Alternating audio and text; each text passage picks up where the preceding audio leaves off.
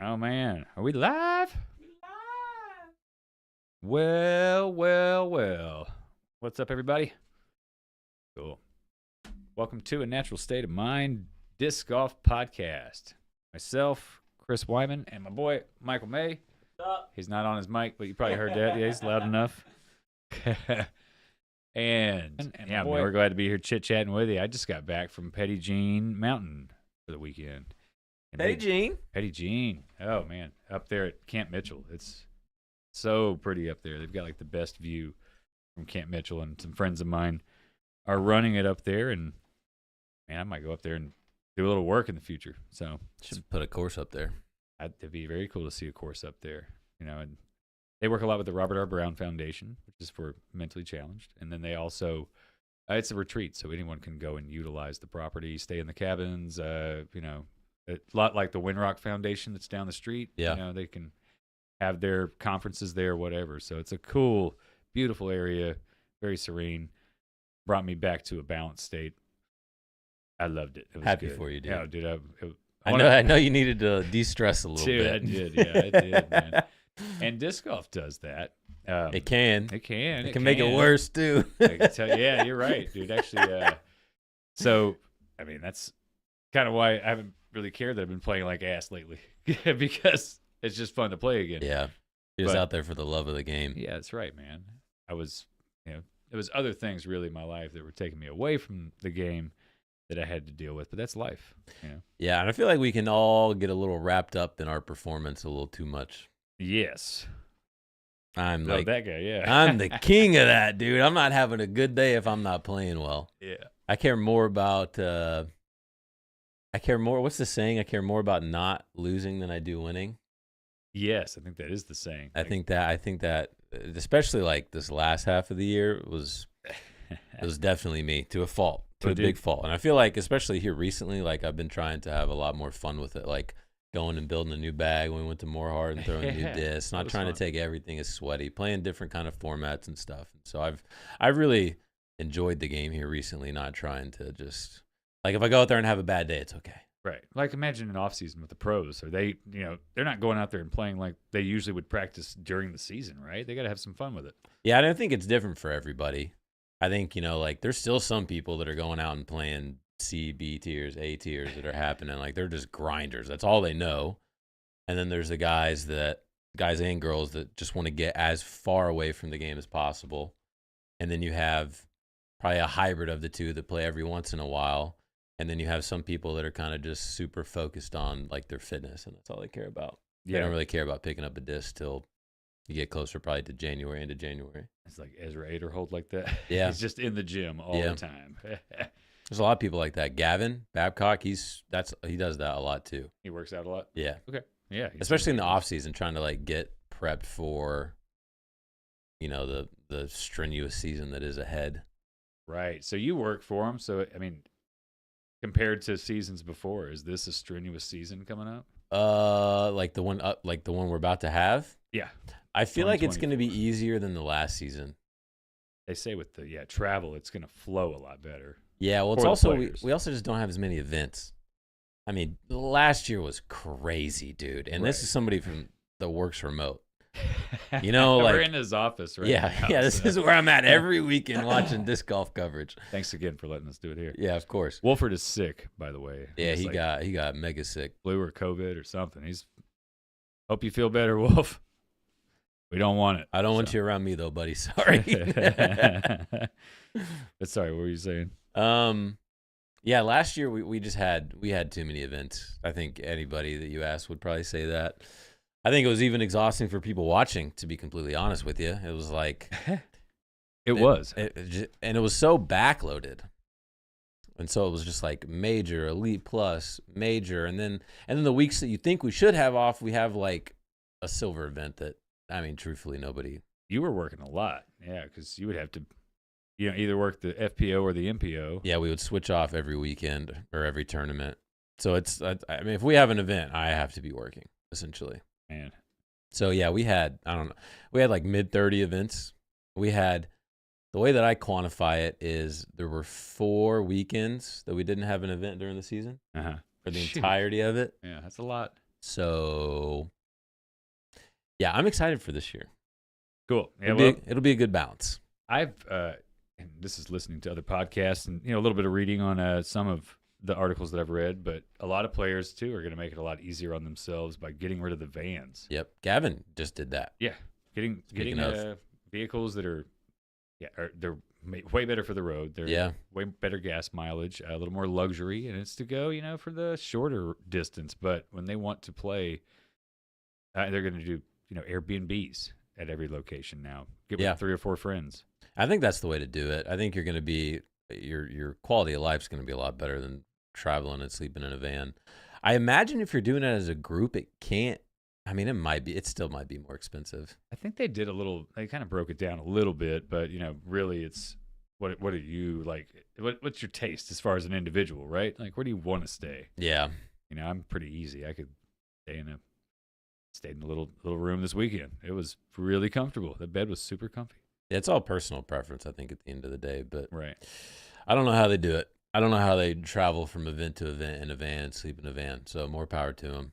I don't know either, because I'm not down with camping before a tournament or anything. Even. I got to sleep in a bed, man. It's not good for your back. No, it's not. Yeah. I need to get a good night's sleep. I just, I'll feel better physically if I get a good night's sleep in a bed. So yeah. I don't want to sleep on the ground. I've done plenty of it. I mean, I will say this is how I know I'm getting old. Sometimes I will purposely fall asleep on the ground to help reset my back. Okay. Yeah, I get that. I actually would do that at home. I'd go lay down on my tile floor in the bathroom because that's nice and flat. Freaking boomer. Yeah, man. So old, you old geezer. Yeah. Hey, I'm about to be in 40 plus. Hey. Age protected. Here I come. So everybody there can kick my ass. I'll make you feel really good about doing so. I'll be like talking you up real big. So it'll be a good time. That's sick. I mean, I'm looking forward to it. It's going to be fun. You get to play things like the Bud Hill Masters. That's going to be super fun. Arkansas Masters. Yeah. Actually more excited to travel around a little more playing in age protected than I was when I was doing like more MA1 events. Why do you think that is? Man, I don't know. Do you think it's just because it's like a fresh division, or do you think like you have a better chance? I think it's a little bit of everything like that. Yeah, yeah. But also, right now, do I think I have a better chance? Hell no. Like I need to get some consistency back into my game. It just takes time, man. It does. So it's and it'll happen. It's how much do I want to put into it? Well, that's the thing is you want to be consistent in your tournaments. You're gonna have to be consistent in how much you play or practice. That's right. And I was doing a ton of that, and my play, showed that. And then when I wasn't able to, the play showed that too. But I didn't want that the one thing like disc golf that I love to do to be something where I started to build a resentment. Yeah. There were other things I was building resentments for. That's what I went and worked on this weekend. So I had myself a little retreat, and hey man, I'm feeling good now. No, hell no. It's an everyday struggle, bro. Are you about to be making like 80-foot putts now? Just no, actually, the mind is clean. I went and played a 9-hole course in Morrilton with a good friend of mine that I hadn't seen in a while. We talk a lot on the phone, but he plays, not on a tournament level. Yeah. But we went to this really cool little 9-hole course at UA Morrilton, and now the course itself, the holes were short.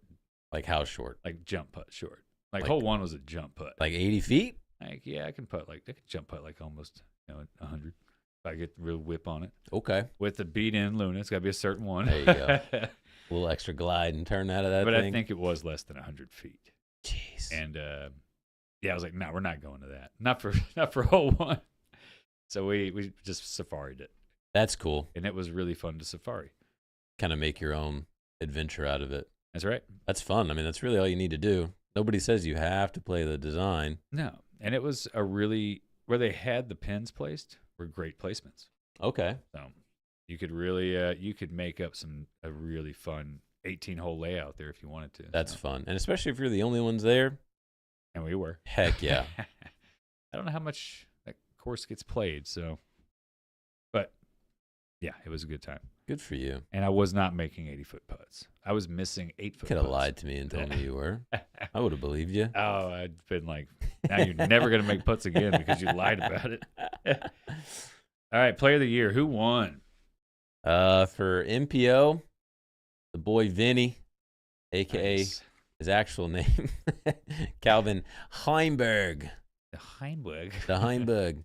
Calvin Heimburg. I've had to listen to freaking Philo say that in his Ace clip like so many times here recently. Because you have to make all those. Yeah, because I was the one that put together the post for his Player of the Year announcement, and then also we did a little like a hype video where Spit water all over myself. a little hype video, kind of like, you know, saying like the votes are in, yada yada, the award show. Yeah, it starts.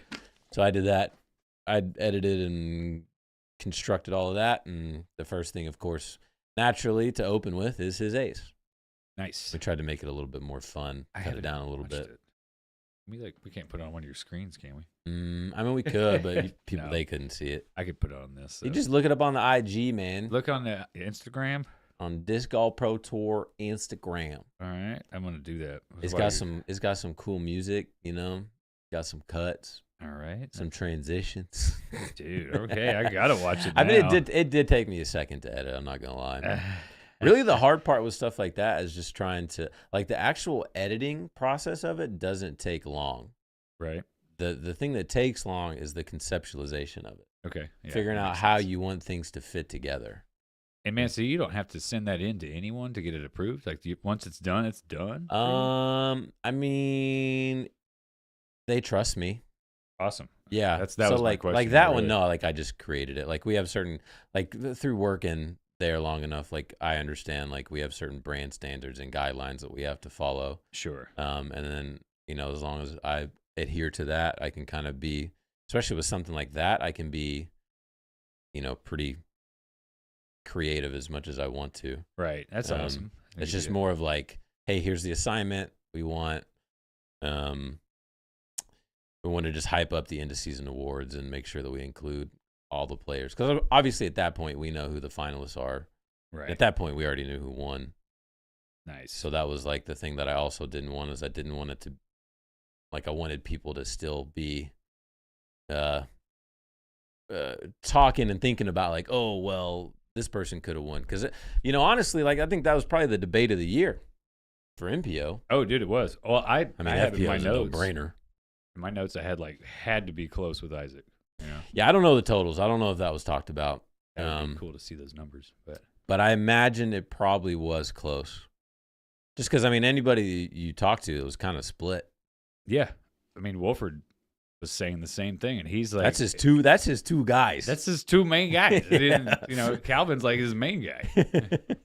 And when he's saying that somebody else might have a chance, that's some serious shit. Yeah. So. And it's just the debate of consistency versus wins. And the problem, I think, too, the interesting stat, I think I've talked about this before and I struggled saying with it, is Calvin's worst finish this year was Isaac's average. Wow. Which is crazy to think about. That is crazy to think about, yeah. Dude. Huh. And he averaged almost a podium finish, I think. Jeez. Yeah, he didn't have anything. It was all top 10s, right? I think he had a couple outside of the top 10. Okay. But as a whole, I mean, he was just podiuming everything. It's a hard word to really do. I mean, that's fair. Dude, what the hell happened to my iPad? Wake up. There it goes. So, yeah, you had Calvin that, honestly, like, Calvin could have had one of the best seasons I mean, he still had just an absolutely phenomenal season. And it was one of the better seasons that we've seen, like, in recent years. Yeah. But you think about how he started. He wins LVC. He then, I think, what was after that? Waco? I don't know what he finished at Waco. I don't remember him being. I want to say it was top 3. It would make 5. sense. Top It would make 5, sense. Maybe. Yeah. Because I know Klein won from the chase card. Uh-huh. And then what was after that? There's a lot of the chase Open at card Austin, wins I this year. think. Yeah, Open at Austin. I think he was in next. contention there. Gannon won that one. And then I think it was Texas State's, which he then won, silver event. So it depends on how much you care about that. If you talk to the foundation guys, they don't. So. True. But what I will say for Texas State, because it was one of the earlier silvers and it was right around Austin where they had played the previous week, that field was actually good. Yeah. Like that field was good. I remember covering MPO for that event, and the field was good there. So that should probably hold a little bit more weight. Thankfully, this next year we don't have to worry about that. And then a few weeks after that, he won Jonesboro. So within the first third of the year, he already had 3 wins. And Jonesboro was second year in a row, right? Yeah, it was definitely second year in a row. I think it's third time overall. Yeah. So yeah, just yeah, what an ace. And I mean, like, oh yeah, his one at Ledgestone. Yeah, that was at Ledgestone. Yeah, that was crazy. a killer ace. And then he had 2 throw-ins for Eagle at D-Glow within 4 holes of each other, 5 holes of each other. Mm-hmm. What an absolute Looney Tune, dude. So that's what you get to do, man. That's cool. And Calvin was easy. So Calvin was so easy because that's how we try to structure it. Is like we know who's gonna win. We make this graphic. We have this template, and we kind of fill in the pieces there. And then it's up to us to we try to do like their season highlights. So like best plays or wins and stuff like that. And with Calvin, it's super easy. It's like ace, 2 throw-ins, 3 wins. He had another throw-in at Portland. He hit Cage on the very first hole of Worlds. Mm-hmm. He hit Cage, or he hit the flag at Blue Ridge. That's how you know somebody's having a crazy year when ace run basket hits aren't even included because there's too many of them. He hit the cage and bounced into the chains on hole 2 at Maple Hill. Yeah, yep. And just like that, we're at Instagram's slide limit. Yeah, I love the way you just broke that down. Yeah. You were really passionate about that. So thanks, Calvin. You made my job easy for that one, buddy. Can you do that again? Or whoever. There were a lot of, God, yeah. So who's next? So for FPO, what do they call it? The Elaine King Player of the Year? The Elaine King Player of the Year award, which, that's... Anybody have a guess? She might have had the best. She's had the best season that I've ever seen, MPO or FPO, since I've started paying attention to disc golf. I know Paul had a crazy season in, was it 2015? Yes. I think is the illustrious season that everybody kind of refers to. And it's also what everybody else refers to as well as, strength of field. Yeah. Or when they're talking about that compared to now, or when they're talking about Climo compared to now, and it's the constant debate. It's a valid point. It is. It's a valid point. And Kristen just keeps raising the bar, man. Career Grand Slam. I think she had 11 wins. And she didn't even start. Like, she started at Waco. Right. She didn't even start at, she didn't go to LV or Las Vegas. She didn't play Vegas, yeah. And she missed a ton of other events because she went to go play overseas in Europe to go play in the European Championships, which I know was a big deal for her. Right. And she won that. She got a huge accolade from, that was in Finland, Estonia. It was in Estonia, so that's why she wanted to play that, and as she should have. And she, she's really renowned in her own country. That's huge. Yeah, she's gotten a lot of praise, deservedly so. Yeah. And a lot of recognition from the country itself for what she's done, which is super cool. Yeah. Not only for her, but also for the sport, I would say screw the States as well. I'd be like, going back to my home country and I'm playing there, and Well, did you see when she tapped out at European Championships? I might be butchering the name, so please forgive me. So she did what she normally does, right? She goes out and just kicks ass and leaves everybody in the dust. And I think after the first 2 or I think it was a 4-round event. Uh-huh. And after the first 3 rounds, she had like a double-digit stroke lead. Oh, I did. Yeah. Okay. And then the 4th round, she imploded. She was struggling, like doubles and triples and just big, big, big, big, big numbers. And then somehow, some way, like she does, because she's a champion, she found a way to hold on to her 12-stroke lead. And she managed to survive. She ends up winning. Yeah. That was ridiculous. I remember. But she had like a huge flood of emotion. And if you've like watched any of the tournaments, Kristen's pretty stoic. Yes, I agree. That would be the perfect word. So yeah, she does not show a lot. Similar to Calvin too. Yeah, You know, Calvin's very stoic. I mean, yeah, Calvin probably more so than Kristen. Calvin's It's a just a tough call different. which one's more stoic, but Yeah. yeah. Calvin's just a different kind of stoic. You know, Calvin kind of just looks like he's just like, yeah, he's like, I'm here, dude. I'm just here. Kristen Man. looks more like, and that's not to say that Calvin's not engaged, but Kristen looks more engaged in the moment. She does. You're right. Okay, there we go. That's the difference, right? Calvin just kind of looks like, whatever, dude. I'm just here to play disc Hey, golf. man, trying to win. Yeah, but I remember she had like a huge emotional breakdown after that. So that was kind of cool because that kind of showed how much that moment really meant to her. Because, you're right. She has not been emotional when she's won some of these larger tournaments. It's really just, oh, yeah, hey, thanks for this trophy. And I holds it up. I think one of the other ones that I saw this year, and I mean, ironically enough, with Elaine King Player of the Year, was her winning Champions Cup this year. Oh yeah. I was so happy that she won that this year. We all know why, I think, but I guess we might need to. I ain't talking re-enter about it. that. That's all you, dog. Okay, well I will because we're talking about the Elaine King stuff, right? Yep. So let me clear my throat for this. So, and I'm actually logging on right now, because my iPad just decided to take a dump. There we go. I got to get on her site. So it was yeah, man, it was rough. It was the whole Paige Pierce thing. We all know that she was playing in that as well. Paige took down the win. Mm-hmm. Very close tournament. Actually, Kristen had it. She had the lead going into 18. Yeah, and she would have kept it had none of this happened. Well, we don't know that. Well, we don't. You're right. We don't. And I should not say that. But it's definitely a little controversial. It is, and really, I think that maybe I'm so irritated by it because I don't like Elaine King's commentary. I think that fueled a lot of people. Yeah. To be honest with you, it was kind of like, well, I already don't like how you do your job, and now you're giving me a very understandable reason to pounce on you, and people definitely took that. Yeah, you're right. Oh man, she going into it. Her daughter was with her. She's under a certain age. She's under 14. Her daughter was caddying for her. Yes, caddying for her, which is a no on the pro tour.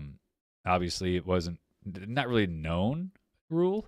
Which there's a lot of rules in a lot of sports that just aren't brought up or aren't known, I'm sure. I think the issue is the fact that it wasn't enforced from the beginning.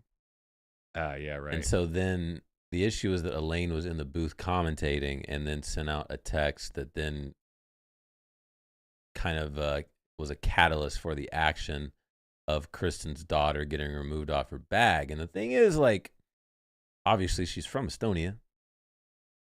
Her daughter is not from the States. No. And you're in Georgia. Yeah. Of all places. And now your daughter that was under your wing being with you while you're playing this tournament, so you have eyes on her. Yep. Now you don't know what the heck is happening. You just know that she can't be near you or next to you. Yeah. Did they bring up a certain amount of distance? I think they did during that, or that they couldn't be walking with the players. And so they had to be on the side, which means that they would have to you'd have to go be with behind the crowd. ropes. Right, behind ropes and Yeah. go with the crowd. That doesn't mean you're always going to be in eye shot, that she wasn't going to be able to see her daughter as much. So, yeah, it's detrimental, I would say. Yeah, and I mean, I'm obviously not a parent, but I can imagine that'd be pretty anxiety-inducing. Yeah, I'm not a parent either, but I would imagine so as well. Yeah, I can sympathize with that. Yeah. So, yeah, I could imagine that probably rattled her a little bit. But it didn't happen on hole 17 or something. It did happen late. I think it happened in the back 9. I don't remember. It was back 9. I don't remember exactly what hole, but I mean, you could kind of see, and it happens to all of us, I think, in disc golf over way less tinier things. Yeah. Where something text message, something weird happens, and all of a sudden your mojo is gone. Right. And you were clicking, your rhythm was good, and then something happens that just pulls you out of focus, and then all of a sudden you can't figure out what the heck is going on. Right. It can be a player's reaction to their own shot, Mm-hmm. and kind of freaking out, or something or can something kill the weird vibe. on the course happens, you hit a bird with a disc and you kill it. Oh, dude, it kind of might mess me up a little bit. Or I'll bring up a good example because I was on the card. Okay. And this was the first tournament I ever won. Nice. Summer Sizzler 2022. Summer Sizzler. Where was that? It was at Heinemann. Okay, that's one of Randall's, right? Mhm. Yeah, that's one of the dirty When cards. old, I wouldn't even say names, but people to know. My card mate, who I had met earlier that day, turns over on hole 15 East, and when it was in the long, Yeah. turns it over and smacks a dude in the nose. Yeah, I heard that. I was not far behind you, and I heard it. The sound was horrifying when you realize what it was. Yeah, it was. Because it was like, it sounded like a tree, but it had like a different kind of snap to it. Yeah, dude. And then like, I remember seeing you after that too, and yeah, you were pretty shooken up. Yeah, I was just like, shook up. because we were already struggling. And boy, you want to talk about somebody that got pulled out of it mentally. That dude, I mean, understandably so, he forgot how to throw a disc after that. I would too. I would question it a little bit too much. Yeah. The guy was totally fine. He finished playing. Yeah, he broke his nose. But he did break his nose. I ended up knowing somebody weirdly enough and talking to them recently that apparently knew that guy. And I was like, small world, man. Man. I wish you'd really get in depth and tell me. Definitely not. We're going to leave that one. Yeah, I know it, and it's good. It's funny. So ask me later. No, I'm kidding.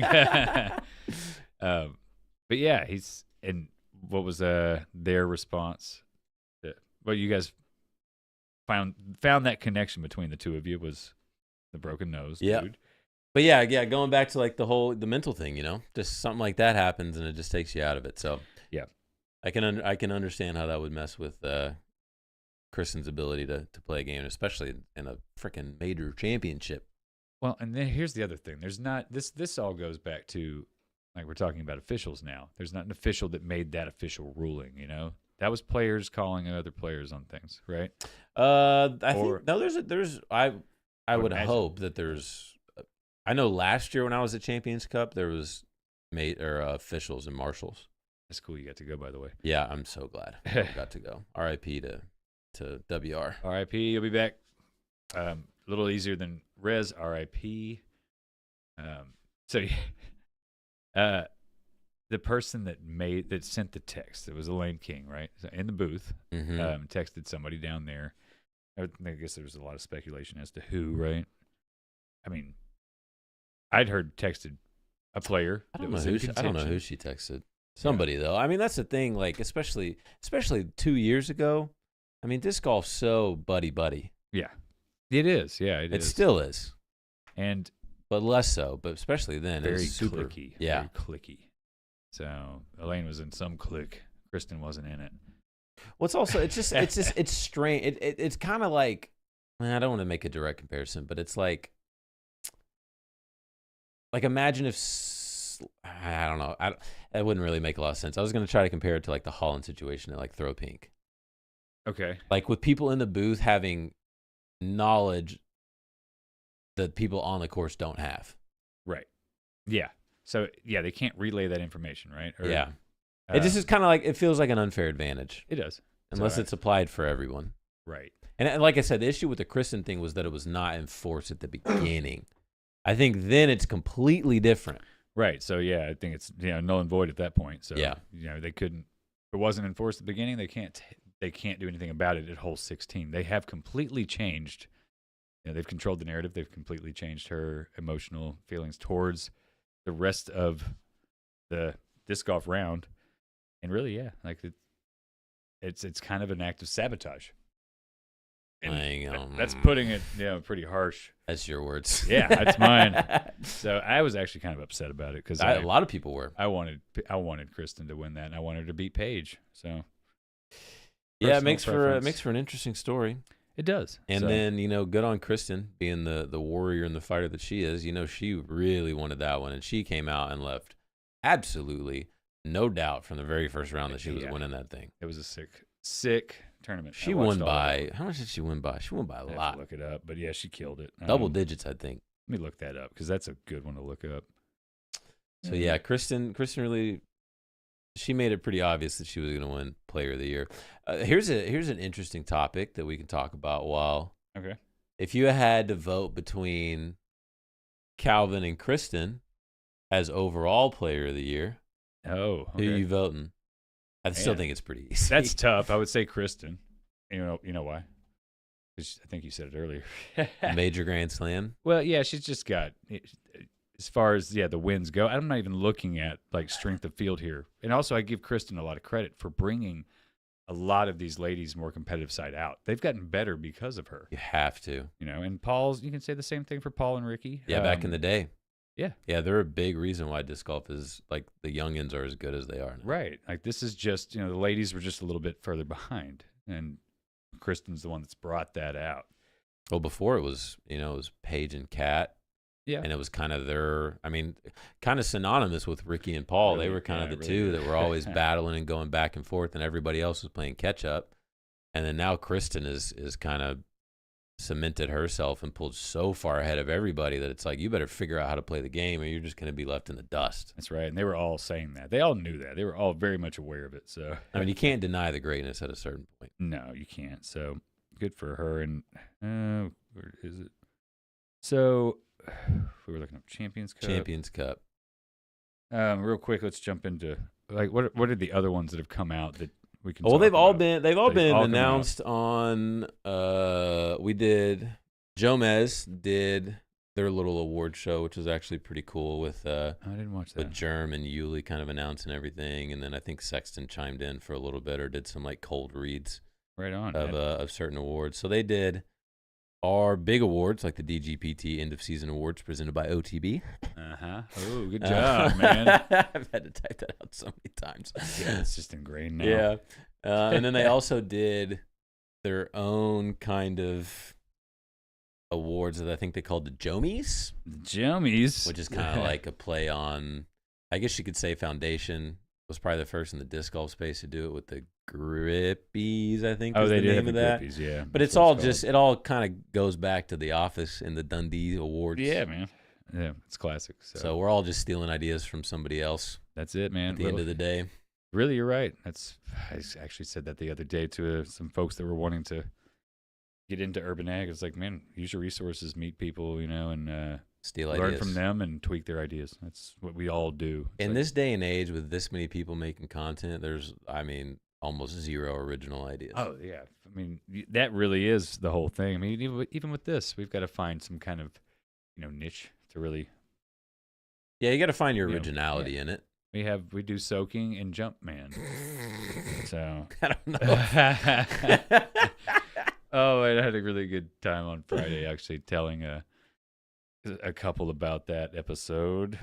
Story that'll never die. Yeah, they thought it was very interesting too. Oh man, yeah, I had Our night was going to get interesting, but I had a female that I had told about the podcast. Shout out Emily. I know you're probably gonna see this. And I had told her about that I was when I went over to Dan and Wolford's to do, I think, the Abe thing, and I was like, oh yeah, doing this podcast that my buddies do about disc golf, and then she texts me the freaking title, soaking it up with Michael May ? And I freaked out. Soaking it up. I was like, this girl's never gonna talk to me ever again. I was thinking this could go either way. Oh, I did. I had about a 1% chance in my head that it man. was going to be a positive, especially that episode with the things that were talked about. It was a raunchy one. I need to go back and listen to it again. Yeah, but she was a killer. She loved it. That's awesome. Shout That's out a Emily. keeper right there. Yeah. Yeah. Very cool. There it is. No, that's the tour championship. Uh-oh. Ugh. Our stats guy is not doing stats things, man. It's not really me. I'm not the stats guy. Hey, we need Dan. And also, my fingers are too fat. I'm hitting. Where's our stats guy? Let's see. There. I got it. So she won. Oh, my God. By 14. 14. Yeah. Damn. I forgot it was that much. But And our she girl- did that quite a bit this year. She did. She blew a lot of folks away. But then she had, there were the tournaments where She struggled. She struggled. And Well, by her standards. right. Yeah. She was still at top 3. Yeah, I mean, I think she had a few that she didn't podium in. I think Jonesboro was one of them, which is surprising because she won the year before. And that course definitely plays to her strengths. Yeah, she should normally tear that one up. I think that was also the last event before she went back to Europe. Uh-huh. So she was probably already mentally checked out there. Yeah. And I think Jonesboro was after Champions Cup. I think. Let's see. So she could have, it's one of those Yep, things and that it was right after that. So. Yeah, so that kind of makes sense. She had put all this mental energy and effort into Champions Cup. She had all that motivation, and then she wins, and it's kind of just like you have a reprieve, and you're not as intense. Yeah. Yeah, no, I agree. Shit. So, we can't win them absolutely all. There was a time when you could. She tried. That's an insane record. Just looking at it right now, there's so many ones. Oh, it's nuts. And the thing is sixth place was her worst place. That's crazy. At Jonesboro. Really? Yeah.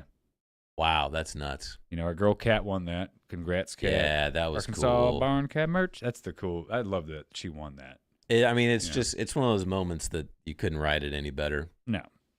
You're like almost asking if that's BS. Like if it was set up, like I loved it. I felt very proud that I got to cover that one on socials. Nice. So you were covering FPO that day. Yeah, nice. I was oh my God, I was on site for that. Oh, you had to be. I was on site because the hotel that we were at, the Wi-Fi was atrocious. Like it wasn't even Wi-Fi at that point. I was getting like one up and one down. It was worthless. But the internet at this side was actually pretty decent. And they brought, they wired that, right? Well, yeah, they I think they had a satellite that ran to a router.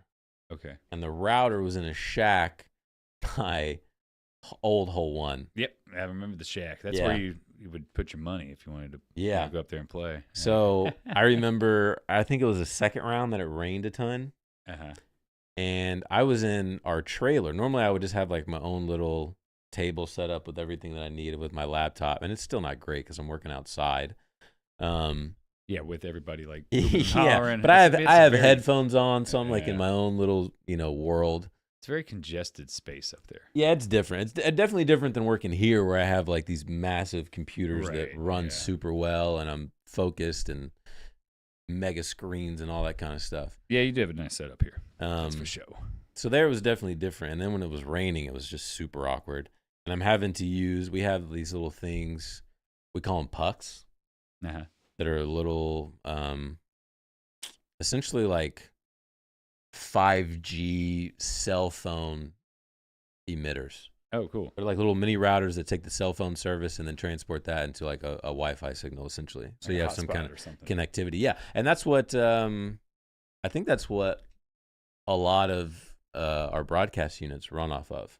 Okay. Before we started bringing in like the offsite, like it's not satellite, but whatever thing we used at Northwoods this year that we could broadcast the front nine. So I was having to use that, and then sometimes like that doesn't work that great, especially like for upload. Like I need a fast upload to try to get clips up as fast as possible. Yeah. So I remember seeing Kat and Haley have to go to a playoff, and they went to hole 10, and I'm in the trailer, and I could hear Kat screaming when she won. Oh, dude, that was wild. So I knew that she won before they even, like, as soon as they were teeing off. Because the broadcast is delayed a little bit in real time. Oh, man. And so I'm like, okay, I already know she won. So, like, I waited till she won. I got it clipped. And then I sprinted over to the router. And so I could get, like, good internet and upload everything. That's awesome. Yeah. Smart move. Yeah, that was your first time? At JBO? Yeah. Yeah. Yeah. It's a fun one, man. I've been there a couple of years. And it was a good time. I can't wait for this year. It'll be a little changed. Big changes. New course also for the AMs as well. Like. Oh, speaking of, I don't know if I told you about this. Oh, or anybody else insider information. Oh, I get it. Well, because of Eli. Nice. He texted me the other day, and he said that they had went through and played and marked like 300 trees. Wow. To be taken out, and he said they were going to play it again after they had taken those all out and probably cleared out some more. Cool. Which is promising. Well, from what you told me, I still have yet to go up there since he's allowed people to play it. But from what you told me, there were a few that could be removed as well. More than a few, buddy. Yeah, well, 300 is a lot of trees to mark. And they've already taken down some, so I can only imagine. Whew. But that's good because it's kind of at least they know that it's a little tight. Yeah. that was the complaint, the main complaint I heard from everyone that played up there. It's just so unforgiving. Right, and could be Goodness. so awesome, And it's yeah, it's, Yeah, sorry, I Res got was- off track. Res was more of a Man, defined course. Man, R.I.P. Res. I could get off on a tangent about that. Yep. Well, if you want to, you can. It's but- just okay. Here's my thing.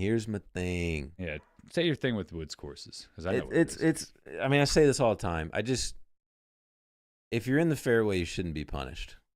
If you throw a shot that's in the fairway, you should not be punished. And my main thing with res, especially like what hole was it? 1, 2, 3, hole 5. When they moved it to the left, a disc Way doesn't fly like that.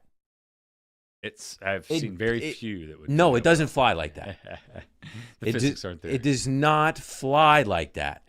Like, I want to know whoever designed that hole, show me the disc you threw and how you throw it to where you can get a birdie consistently or even a birdie look. You're not going to do it. That's fair. I mean, that is a question. How did you design this hole? Did you throw a disc and it landed there? Insane. Like, more than a I few tried times? everything. I tried something super flippy on this much hyzer so that it would flip and ride. Just nope. I would try the most overstable disc, high and on a lot of angle. Nope. It was ridiculous. I hated that hole. I can tell. That I wasn't a fan either. That hole ruined that course for me. Oh no! Well, it's gone now, unfortunately. RIP, res. But that's there's plenty of woods courses opening up. Yeah, that's a good attention to detail. For a course designer to look at. I'm a big fan of John Houck courses because I like to have those two, well-defined places to throw your disc. Several courses on tour. I want to take you up to Farmington to play. Yeah, I want to go Creekside, play because that. That is a course that you would like as far as if you're off the fairway, you're What up, getting Elton? punished. So, David. Yeah, you got to read the chat. Well, I mean, I can't. I'm blind. Yeah, I'll get it right I'm here. legally blind over here, man. I forgot you wear glasses. I don't have my glasses. I can't see without my glasses.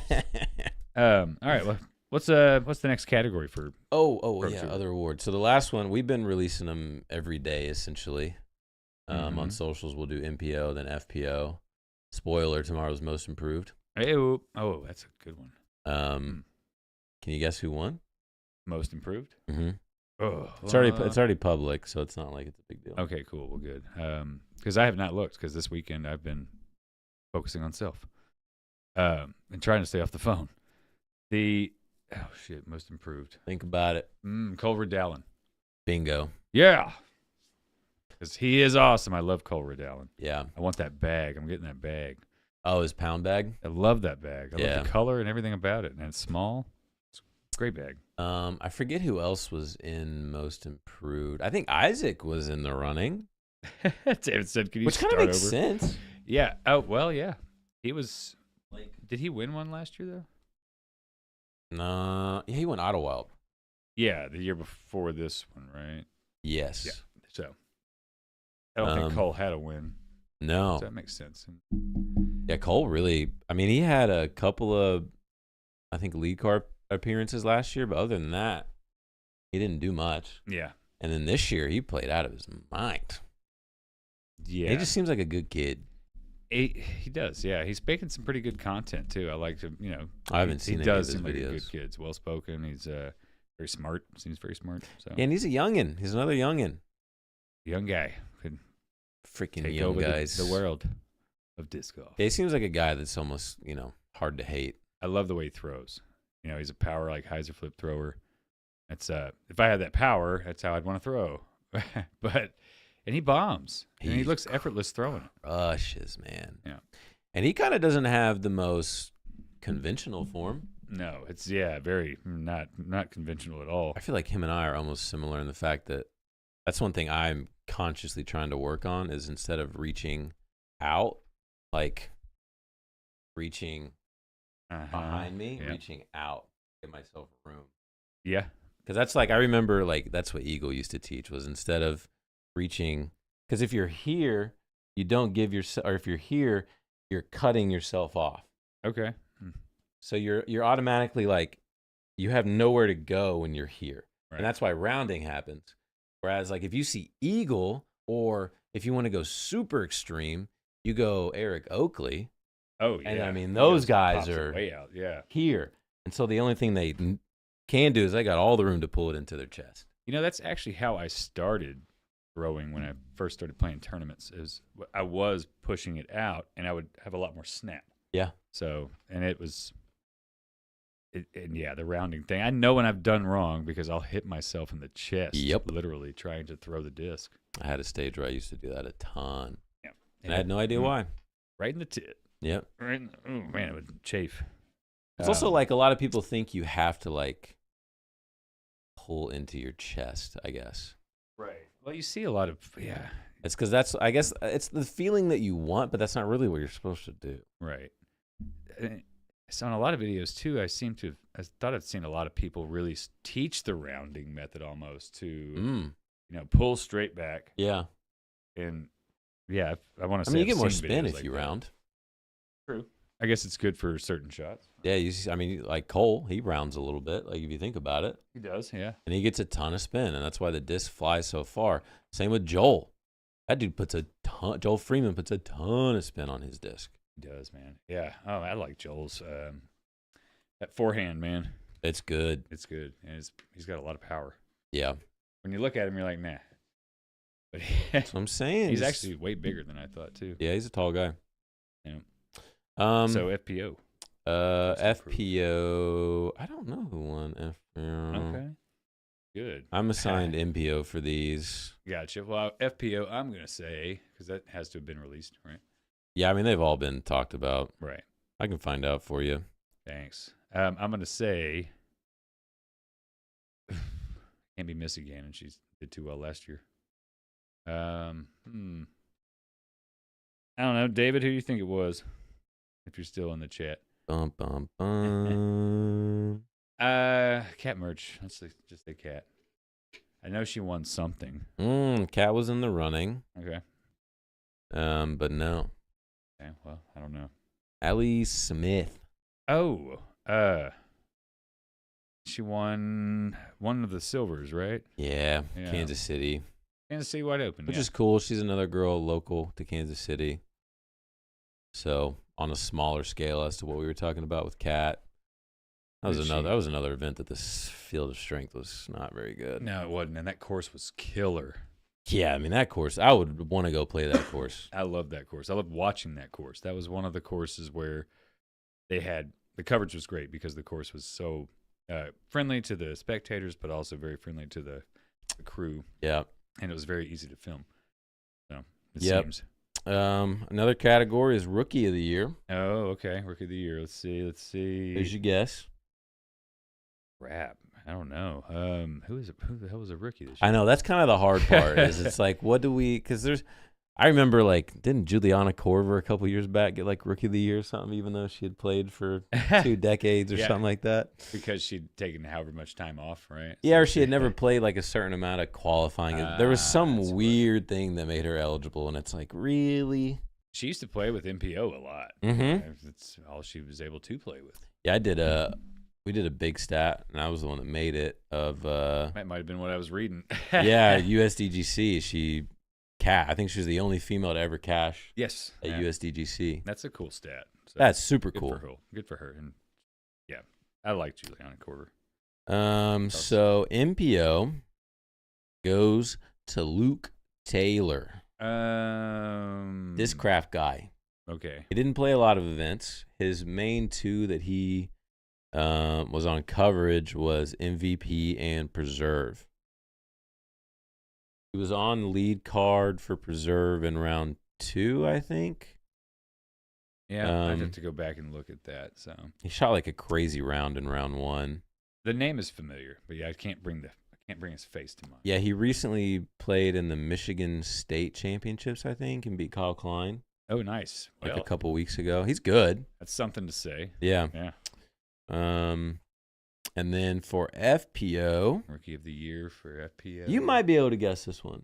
I'll give you a hint. Okay. Not an American. Oh, Anniken Steen. Nope. No, or however you say her name.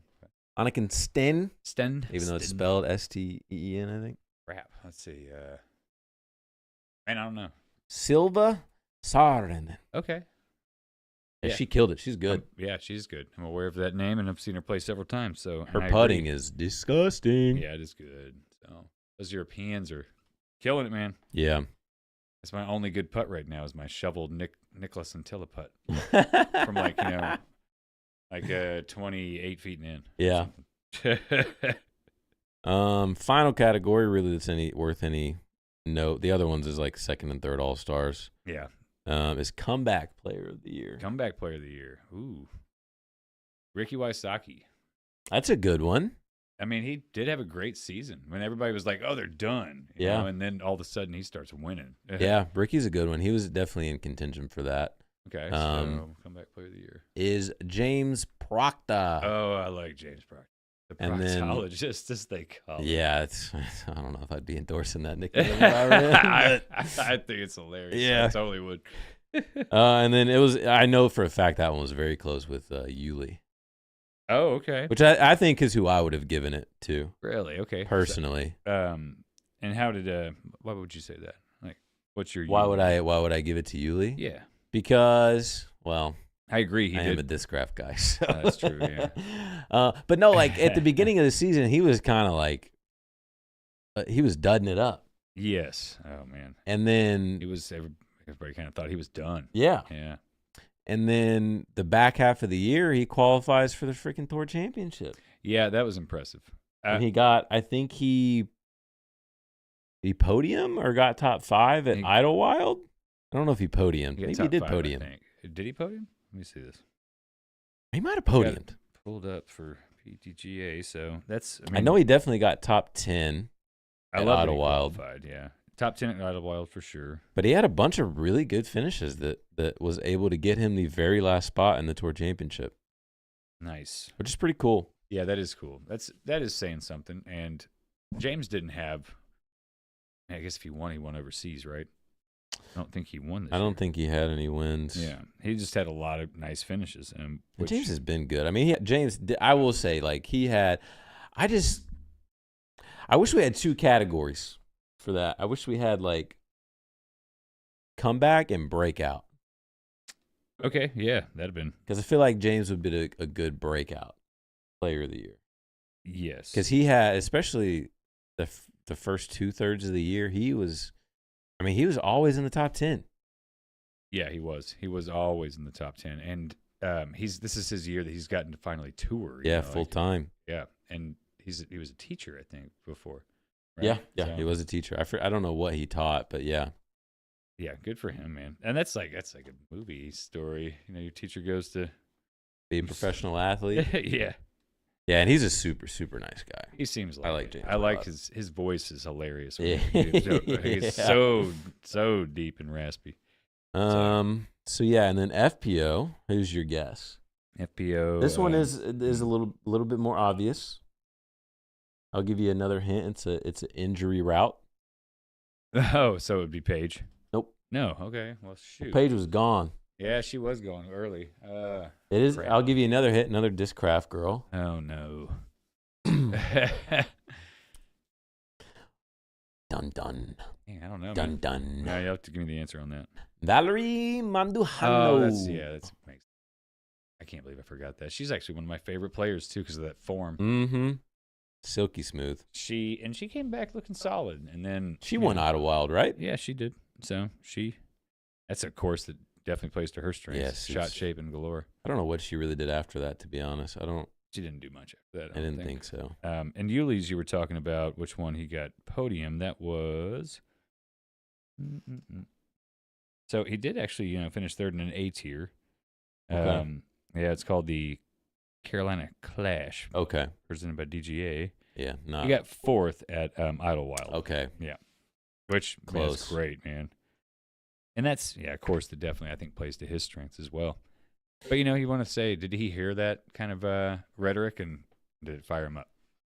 Oh, you talking about with? Well, he knew. I think I've heard him talk about where he knew that if he didn't start to do something, his season was going to be cut earlier than everybody else's. Yeah.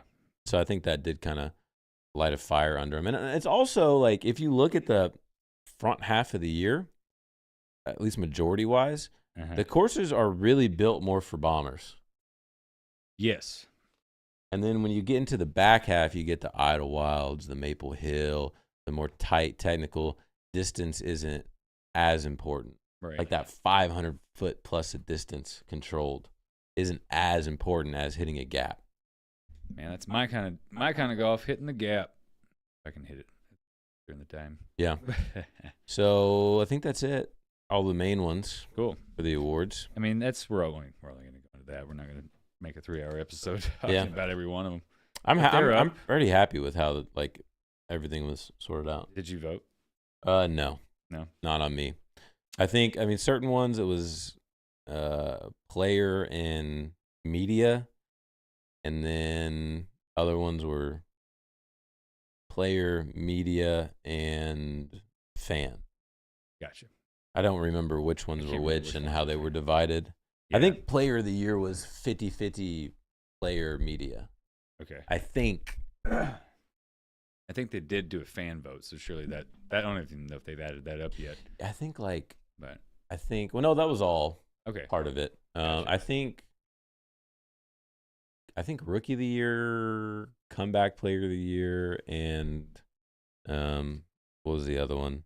Most improved. I think Most those all improved. had fan elements to it, but don't quote me on it. Okay.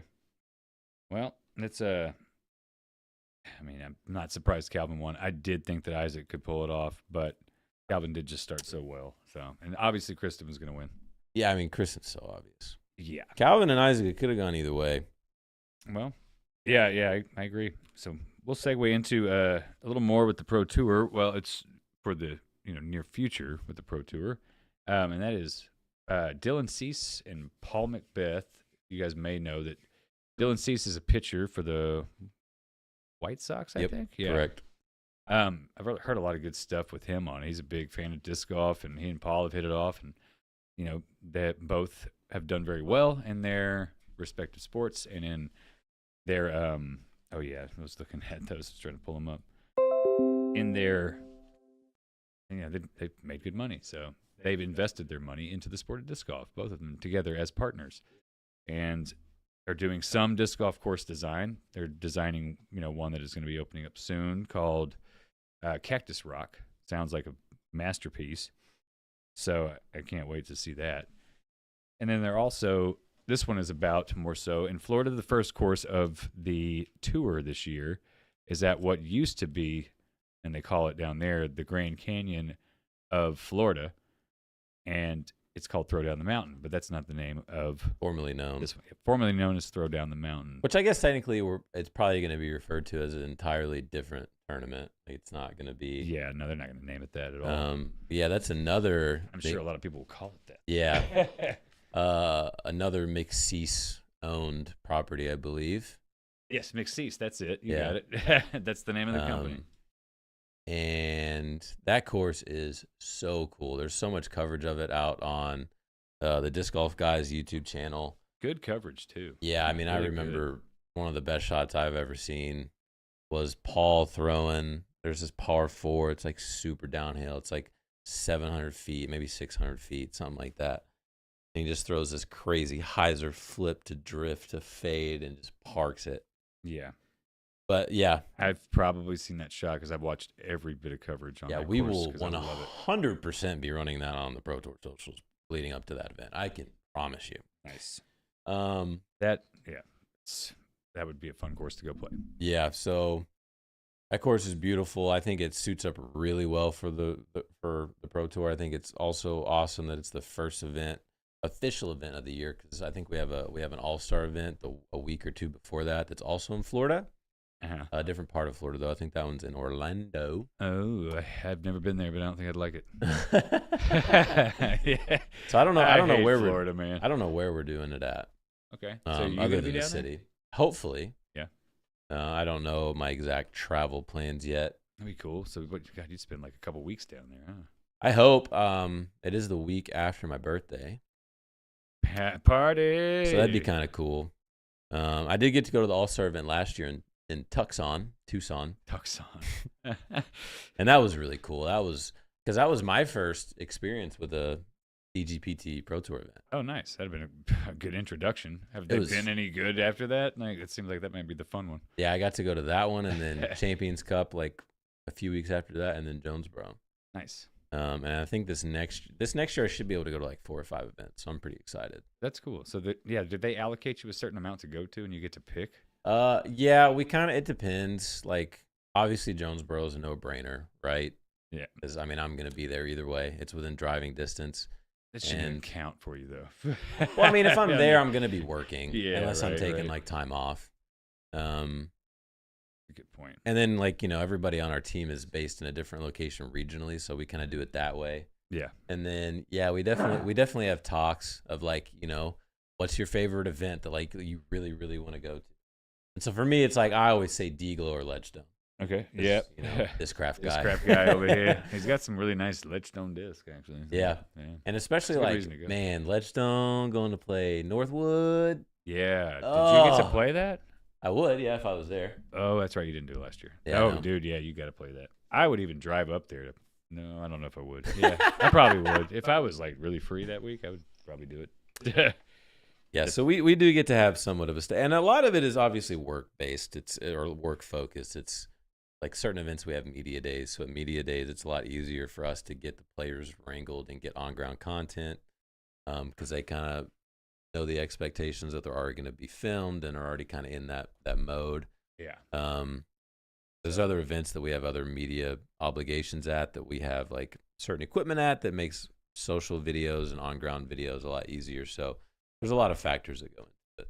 Yeah, I bet. So it's would you is this one on your list for next year to Which maybe one? consider? The Florida Open? Yeah, the Florida is whatever they're called. Well, so the Oh yeah. throw down the mountain one, which has not been named yet, by the way.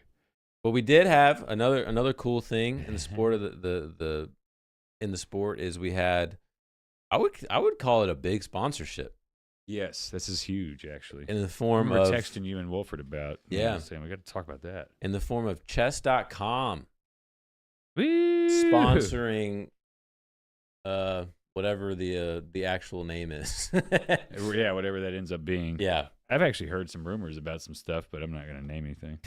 the inaugural event of the 2024 season. So that's pretty cool. I wouldn't expect chess.com to be a sponsor for disc golf, but I kind of like that it is. Yeah, I do too. I love chess for one. I don't play enough of it. I haven't played in a while. And you're right, David. I do suck at disc golf. Thank you.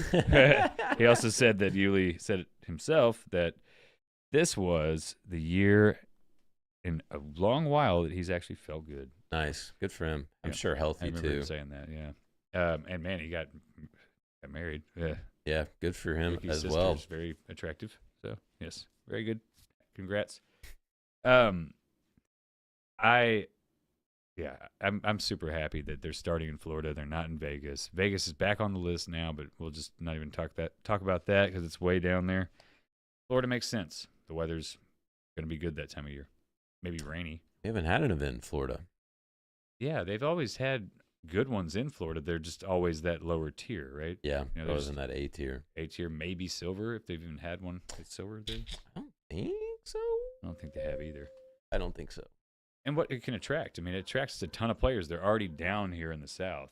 You know, they might be here or Texas or Florida, Georgia. Yeah.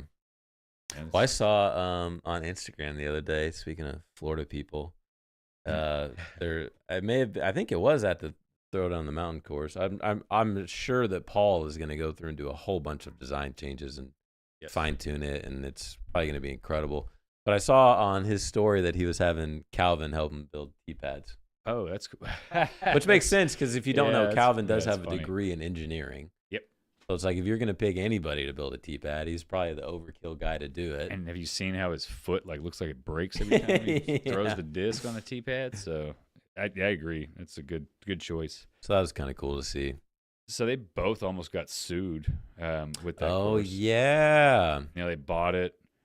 And that crazy dude in Florida, he's owned a disc golf shop. I can't remember the name. Which is nuts. It's Yeah. probably better for that guy that nobody knows the name of it. No, it was being blasted everywhere. Oh, I bet it was. I Yeah. mean, like you. But yeah, he's better that I don't know anymore. It's business self unalive. It was, yeah, and it was not the first time he's done this. Apparently, he's been hit with a disc at a course while he's playing a tournament that he signed a waiver for, and thought that he could win a lawsuit. Yeah, it's like the people that spill coffee from McDonald's and try to do a lawsuit. It's like you're mad that your coffee's hot, and it just doesn't make sense. It's like you're being a conundrum against yourself. Yeah, man, good way to put it. Just a walking contradiction. Yeah. Oh well, we have a lot of those in our country, but we're all guilty of it. I'll put myself in that box too. Yeah, they, good for them. They're really kind of changing the landscape of the game. Paul may not continue to play, as professionally in the next couple of years. He probably will, but if he didn't, he would still have such a stake. I think his fire is in majors right now. Yeah. Oh yeah. I think he doesn't care about anything other than majors, and then so I think really what we're going to see out of Paul is, especially in the next 5 years, is he probably might not even play that many events. Especially now that he's getting kind of injured, and these injuries are popping up from trying to play so much. I could see Paul transitioning to just playing like 10 events a year, and just focusing on majors, because that's all he cares about. And then he's doing so much stuff on the backside with his foundation, and obviously now owning and designing 2 very high level courses that takes so much time. Yeah, McSees, man, what a partner in that too. So it's I love that he's the more business oriented side of it now. Man, it's really where he's focusing. But yeah, you're right. The majors, when they come up, he wants to win those. He wants more Worlds wins. That's his legacy, man. Yeah. Well, the thing is he's one behind Ken right now for major titles. For total, yeah. Yeah, I think he's 17 and Climo's at 18. Yep. Yeah. And so that's kind of the big. It's kind of like Jordan's 6 titles to LeBron's however many he has, 3 or 4. Right. So we can still argue which one's better. Sure. Yeah, it's like the argument's there, but it's like that's the real big sticking point in the GOAT argument. Obviously, the big thing with like Ken and Paul is the major titles, but nobody's ever gonna get to 12 ever. No. That's just a different. If that happens today, then whew. Yeah, if somebody even gets to double digits in today's game, you're probably going to be the greatest of all time. Yeah, with this kind of strength of field, and what we're seeing from these younger players coming up. Whew. Yeah, 12 is crazy. Yeah, so that's where your argument, where your debate begins, and has with that particular one, like the LeBron and the Jordan thing. Man, I'm always going to say Jordan. That was my childhood. So yeah, we could talk about that for a while. Yeah, we won't. You know what's even crazier? Bringing it back to disc golf. Imagine if Paul never wins another major. Still Paul Macbeth. Yeah, I know, but imagine he's one off, right? Right. And he got, I would say robbed. He got robbed of a major and a world title. Like the greatest shot ever thrown in the sport. Yeah, man. Like imagine if that's the thing that keeps you from tying, or what if he wins one more and he's tied? And the thing that keeps him from beating it is the holy shot. Yeah, I never even thought about that, but I would hope he'd let it go. But he probably wouldn't. I don't think so. I bet that guy thinks about that a lot. I bet he does, yeah. Especially that. Here's a nightmare for Hannah. Here's a little inside scoop on how this guy thinks, man. Okay. I was at Champions Cup. I was recording the heaviest bag video. Oh, yeah. If you guys have seen that, it was one of our popular on-ground videos. So I recorded it and edited all that. And Paul was like middle of the pack when he came up after his practice round. And I had a list of everybody and all their weights. Yeah. And Paul was on the lighter side. I think Simon was the lightest and he was like second lightest. Nice. And he's like, well, did everybody else have water in their bag? And I was like, yeah. And he was like, did you count it? I was like, yeah, it's part of the bag. He goes, well, my water's empty. Oh. So what this guy does is he sits there and he Googles and he calculates how much his full water bottle would have weighed and then adds that to it to like try to rationalize like him winning. Oh wow. Like that's kind of like the MJ mentality yeah. to it. He's like, we got to reweigh everyone's because Yeah. their bottles may have been Yeah. empty too. He was just trying to find that spark in it in a way that he could win. And I was That's like, all right. funny. I was like, all right, Paul. Yeah. I get why you have 6 world titles now, No dude. kidding, man. Yeah. It definitely overanalyzes everything. Yeah. You know, in a good way, and that can also be a bad thing. It's a double-edged sword. It is a double-edged sword. So I do it. I mean, you hear Jordan talk about it in like that 30 for 30 thing that they did. Yeah. It's not a healthy mentality.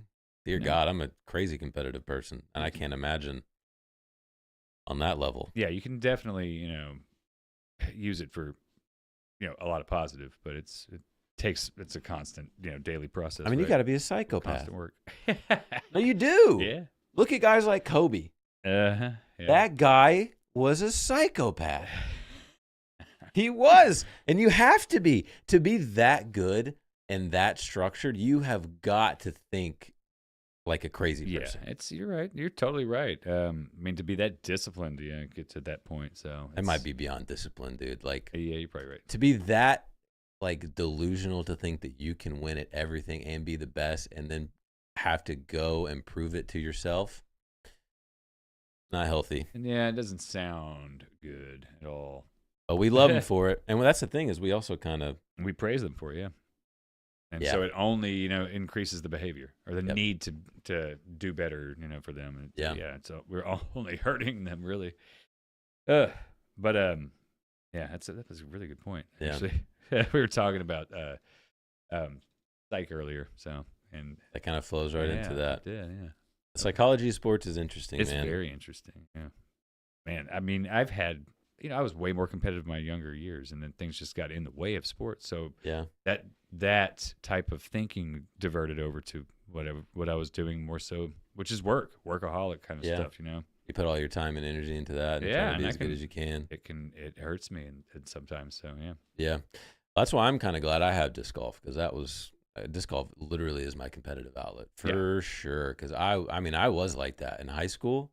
I had a chip on my I bet shoulder. you were super competitive. I was a douche. Like I had to, Nice. like if somebody beat me at something, I would tell you to replay me 10 times so I could beat you 9 times. Oh, you were that guy. I was Yeah. that guy, All right, dude. I do know that guy. And if I was bad at something, I would eat, sleep, and breathe it until like I was so good at it. And then obviously, like you kind of learn as you're, I mean, because this is like high school and like freshman and sophomore in college, like you're not a professional. Right. And so you kind of learn that it's very off putting. And so I've learned throughout the years to kind of compartmentalize it and not have it out all the time because A, it's not healthy, and B, it's very off putting. Yeah. But that's one thing that I love is disc golf, and especially tournaments. I can kind of flip that switch I've noticed. and go back I've into like a noticed. different kind of mentality, and I love it. Yeah, you know, I wouldn't even have thought that really about you. Compartmentalizing can be an issue as well, you know, Mhm. in certain things. But I'd say that you acknowledge that behavior and what it, you know, how it We're s- affected people around you. And We're self-aware about it yeah, now. there you go. We're not self-aware much in high school. That's for sure. Yeah. No. Plus, it's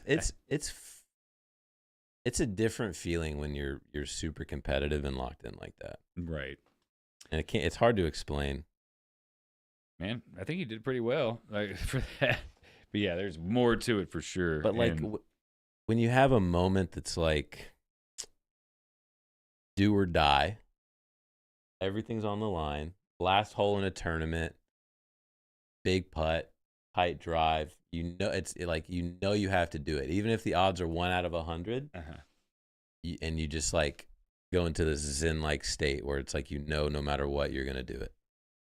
It's a different kind of feeling. I've seen you go that way, and I've been there too. And my competitive days are kind of over. They might come back, you know, like going into age protected. Get that David. fire lit again, baby. It might. Yeah, it's just compartmentalized right now. Yeah, yeah. Just gotta unlock it. That's right. And but yeah, I've actually, you know, I've gotten to see that fire in yours, and man, yeah, you perform when Sometimes feeling it that leaks way. over. That's why I'm trying to have a little bit more fun recently. Yeah, and that's good. I'm glad you are. It's been good for me. I'm kind of enjoying it. Yeah. Give everybody else a chance. Oh, there you go. Yeah, I'm it's kidding. the off season, bro. Let them have something. Come on. Except with this freaking one tag, man.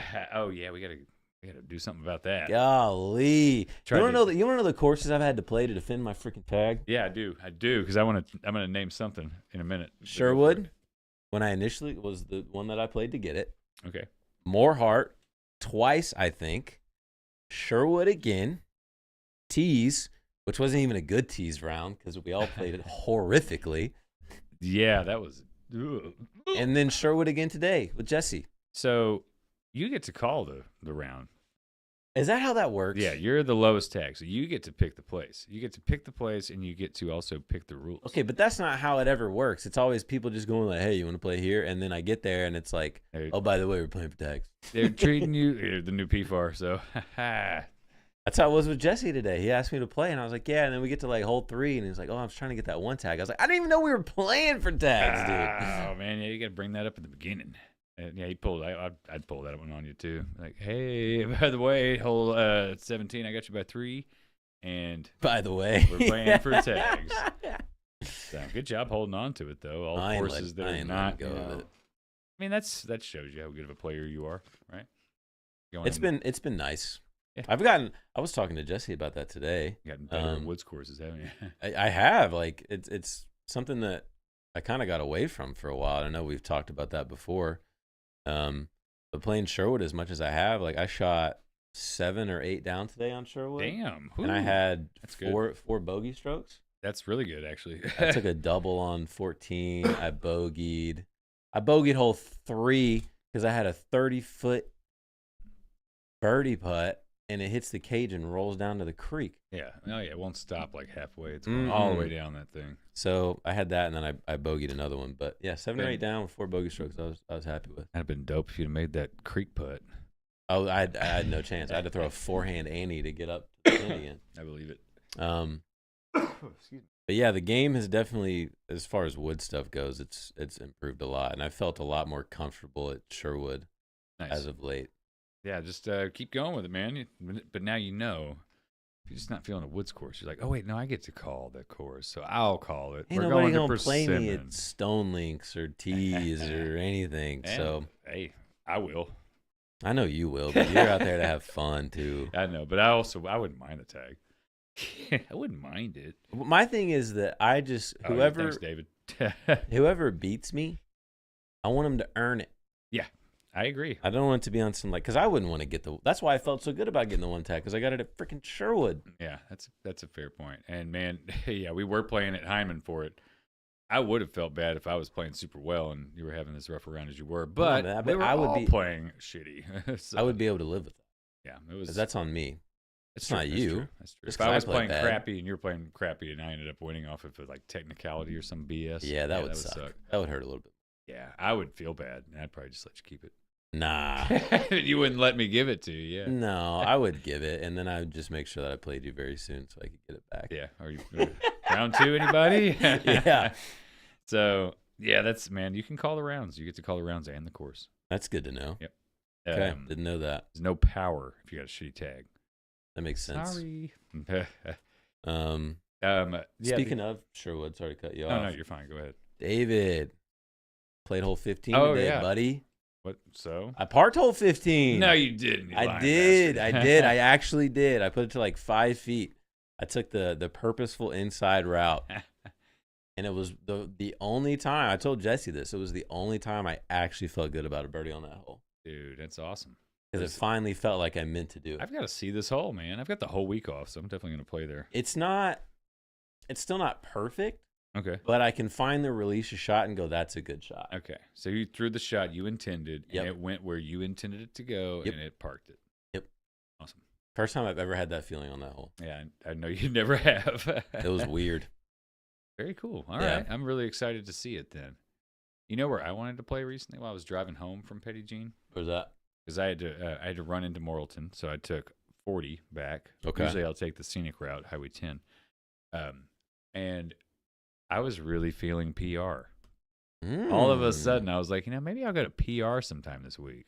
We should go play that. I have not been out there in a while, and it's just, it's not really my course. Like, Sherwood's not yours. Yeah, So. I'm surprised we don't go play those minis up there more often. And actually I thought about that today too. I was not going to rush to get back in town, but I think maybe next weekend we should, and we can actually talk about it on this too. I'd be down. That'd be fun. I've only played Persimmon twice ever. And man, I remember you told me that, and I was like, that can't be true. Yeah, and it's only like 45 minutes away, which is crazy. It's not far. Yeah. Yeah, just like, Petty Jean. It's just only 45 minutes away. Is it really? It really is. It's about, Didn't know that. maybe throw an hour on there unless you drive like me. If you drive like me, you're going to get there in plenty of time. Yeah. What's David saying in the chat? David, he said, told you. He did. Yep. He did. He fixed it, and he also told me to bring my A game whenever playing you. So, and he's right. So, thank you. We're going to PR though, not Stone Links. Way Pretty better cool there. Stone Links. Hope it's windy as hell. I'm with me. I got a Venom dog. Oh, that's right. You did that. Well, I mean, I've got a.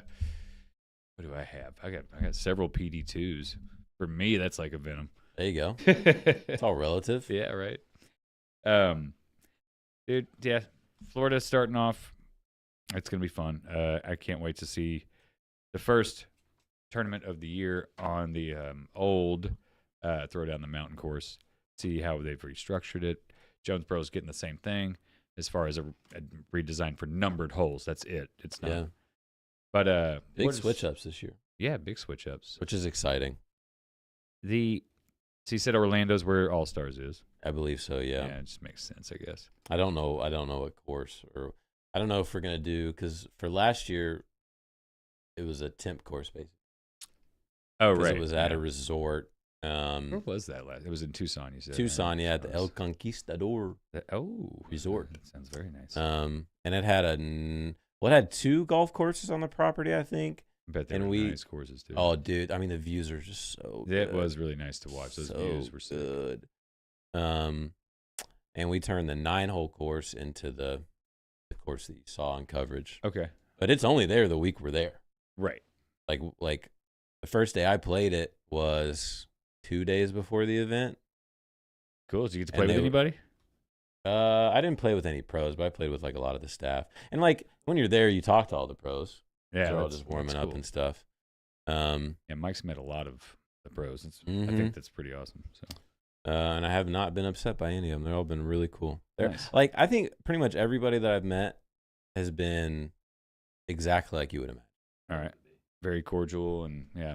They all seem, we're all like Simon. Golfers, man, Simon's right? Exactly like you would expect, dude. Yeah. He's the same guy on his vlogs. Yeah, nice. He seems like he would be. Like, I wouldn't think that I don't know Simon because of his vlogs. He's on it so much. Well, it's like you just don't know, and especially for me, it's like I come from the gaming space where the numbers are a little bit inflated, right? Okay. And I know some people that are just totally different than how they are on camera.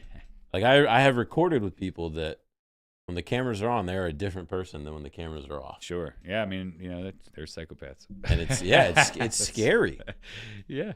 And so like it's just refreshing to me when I see that with disc golf creators that are like pretty large, that like they are really the same people that you see on camera. Yeah, that's cool. I've not met any that up close and personal and had those kind of conversations to where I could really make that that comparison. But I just think that's what makes disc golf so special. Yeah, is the genuine aspect to it, and the general love that everybody has for the sport and the people around them. I love it. No, so well put. Very refreshing. Very. Yeah, I love to hear that from you. So thanks. It's glad to know that these players that I like are not douchebags. Got you.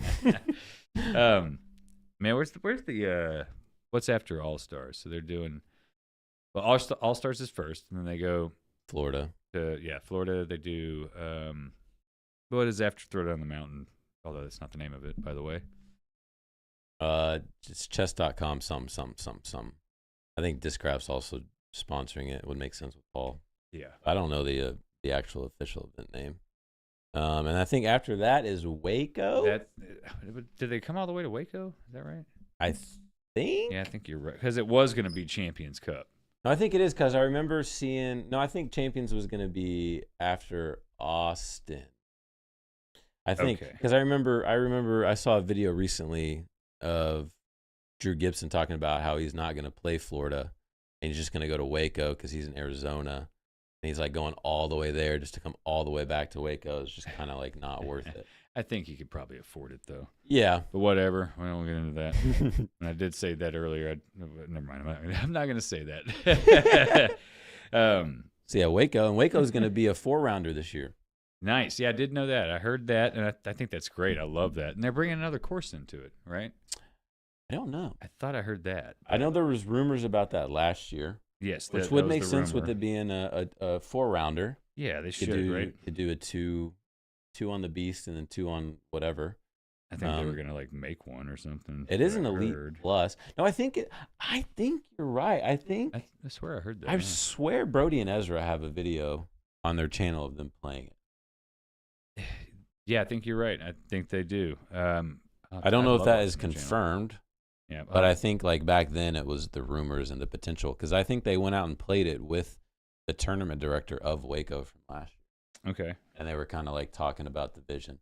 So that's so exciting, man. All these new courses and new changes to stuff to kind of make things not as stale. It's nice. I agree. And they need to. Like it's also for the viewership, right? Yeah. So it's not for just the players, but for the spectators is a big part of what keeps this whole thing going. Huge. So yeah, it's actually probably the most important part. Both online and in person. Yeah.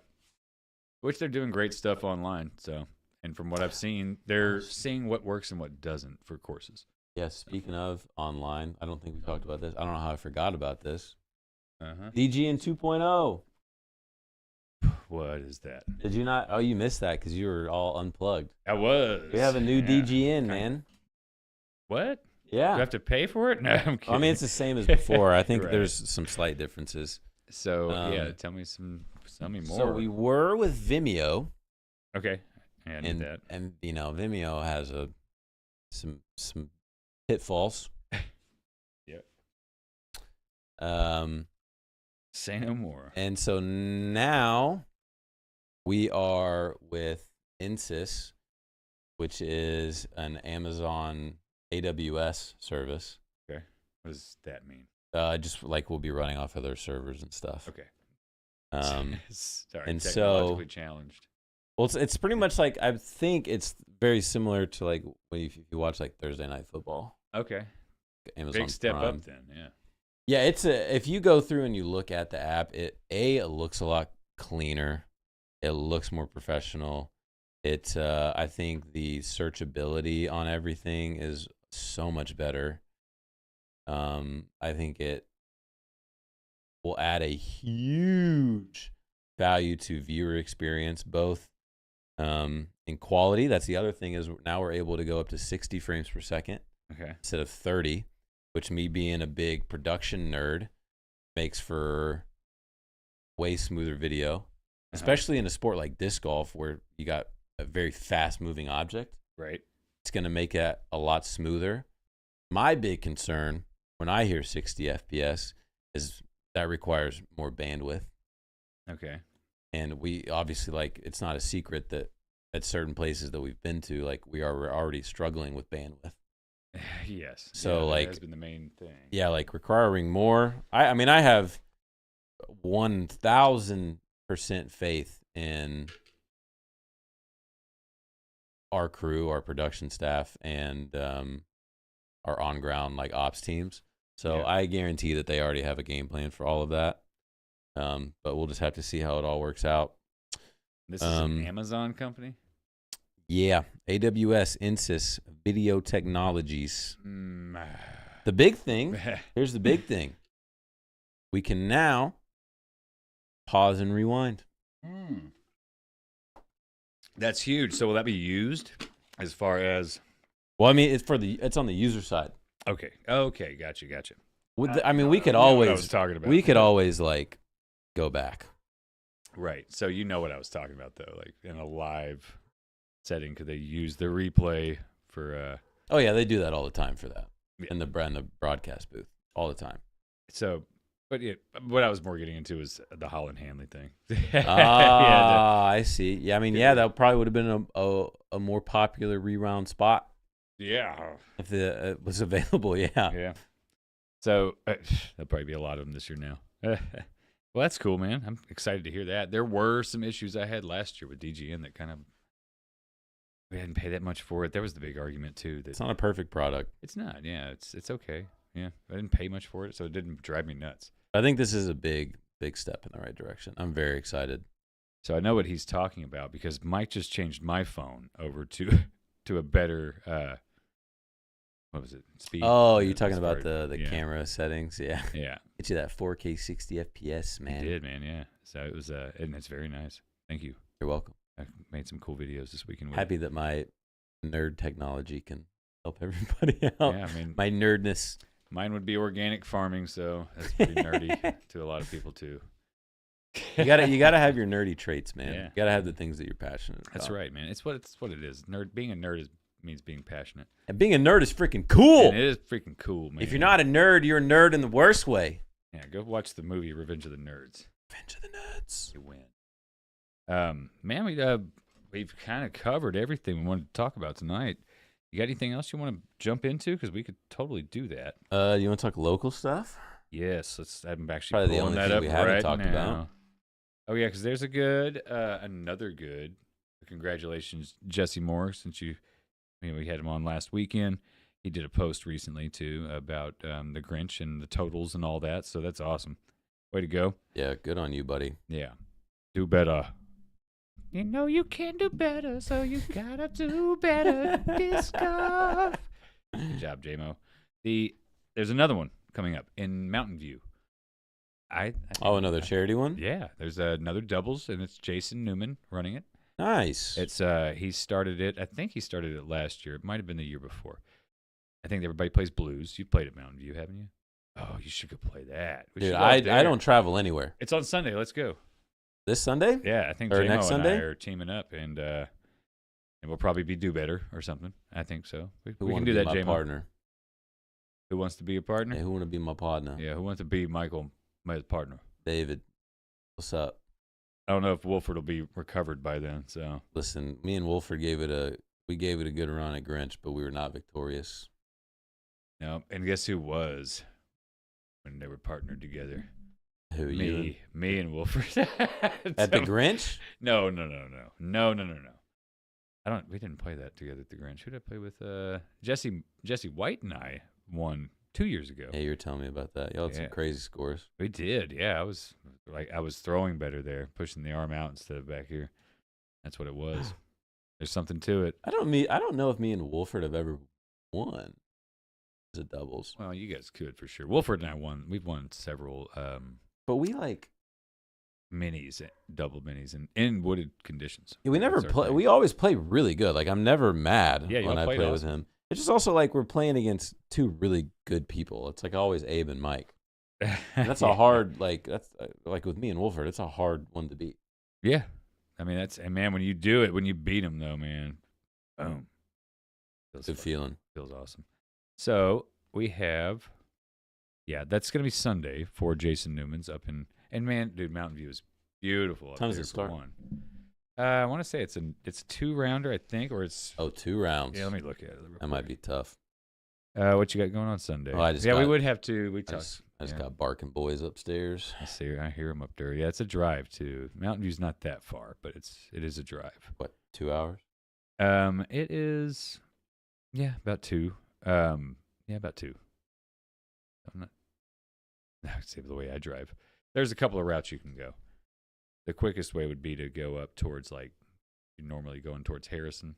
Mm-hmm. Yeah, that would be so down Greenbrier, past PR, and keep going up that highway basically. Okay. Really scenic drive. It's a nice drive. You'd really want something that would hug the road so you could drive as fast as possible around those curves. Yeah, it's a fun Yeah. drive. A fun drive, exactly. What is the course like up there? So that course, man, low ceilings. What's the name of it? It's The Bluegrass or something? Bluegrass Trails, yeah.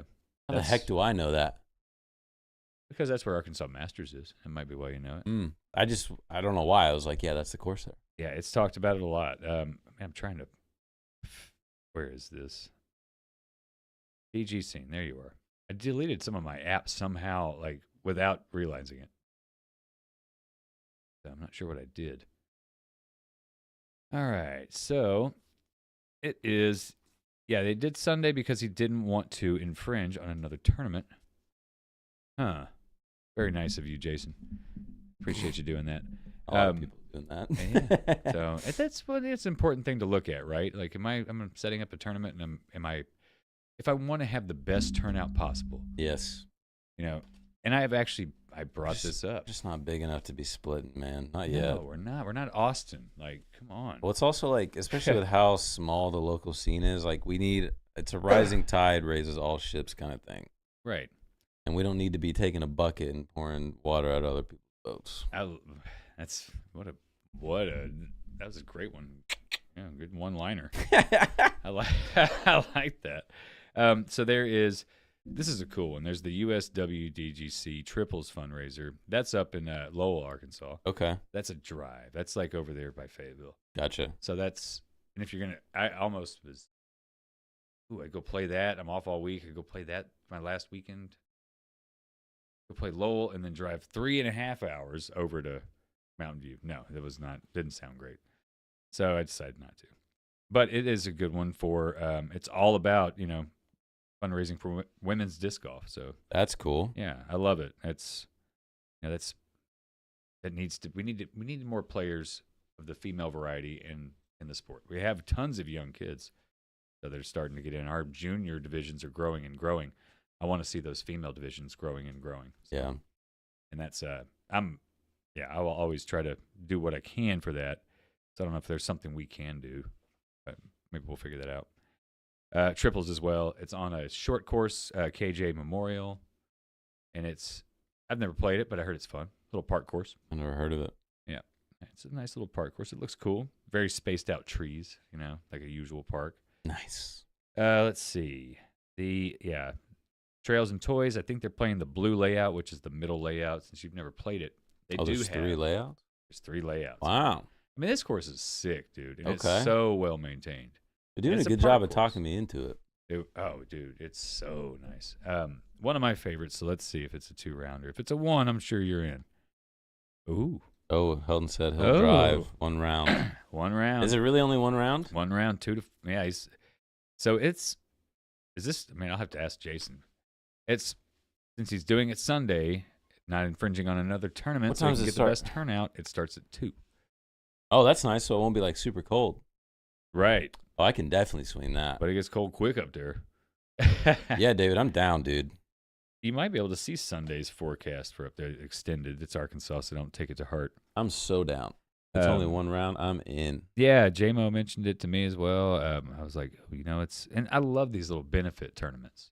Is it the same? Is it like the Grinch formula where it's not you don't sign up money wise, you just bring toys, or how does that work? I believe so. So yeah, all toys donated will be given to Camp 1014.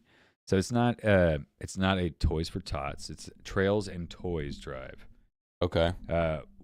1 round of doubles from the blue layout. There's no trophy or anything for the winners. We don't need anything. This is all about giving to the kiddos. This is an event to be able to give kids in need and enjoy a round of disc golf together, as it should be. All toys donated will be given to Camp 1014. Thank you all for helping bring some light and life to a child. I love it. Wholesome. 1 round. You just got to buy some toys, Love that. Yeah, buy a decent one. Yeah, Right? get you a little Triceratops Nerf blaster. Dude, I did get a badass shotgun Nerf blaster, but Dan outdid me. And I also got like a deck of Uno cards and what else did I throw in there? I mean, I saw a bunch of stuff I used to play. So Yeah, that's cool. And then people even brought bikes, which I think Jesse Yes. talked about. That's super cool. Yeah, dude. And people will do for that this, I'm sure. Let's Yeah. see who's playing it. This will How many help you. people are signed up? So far, 8.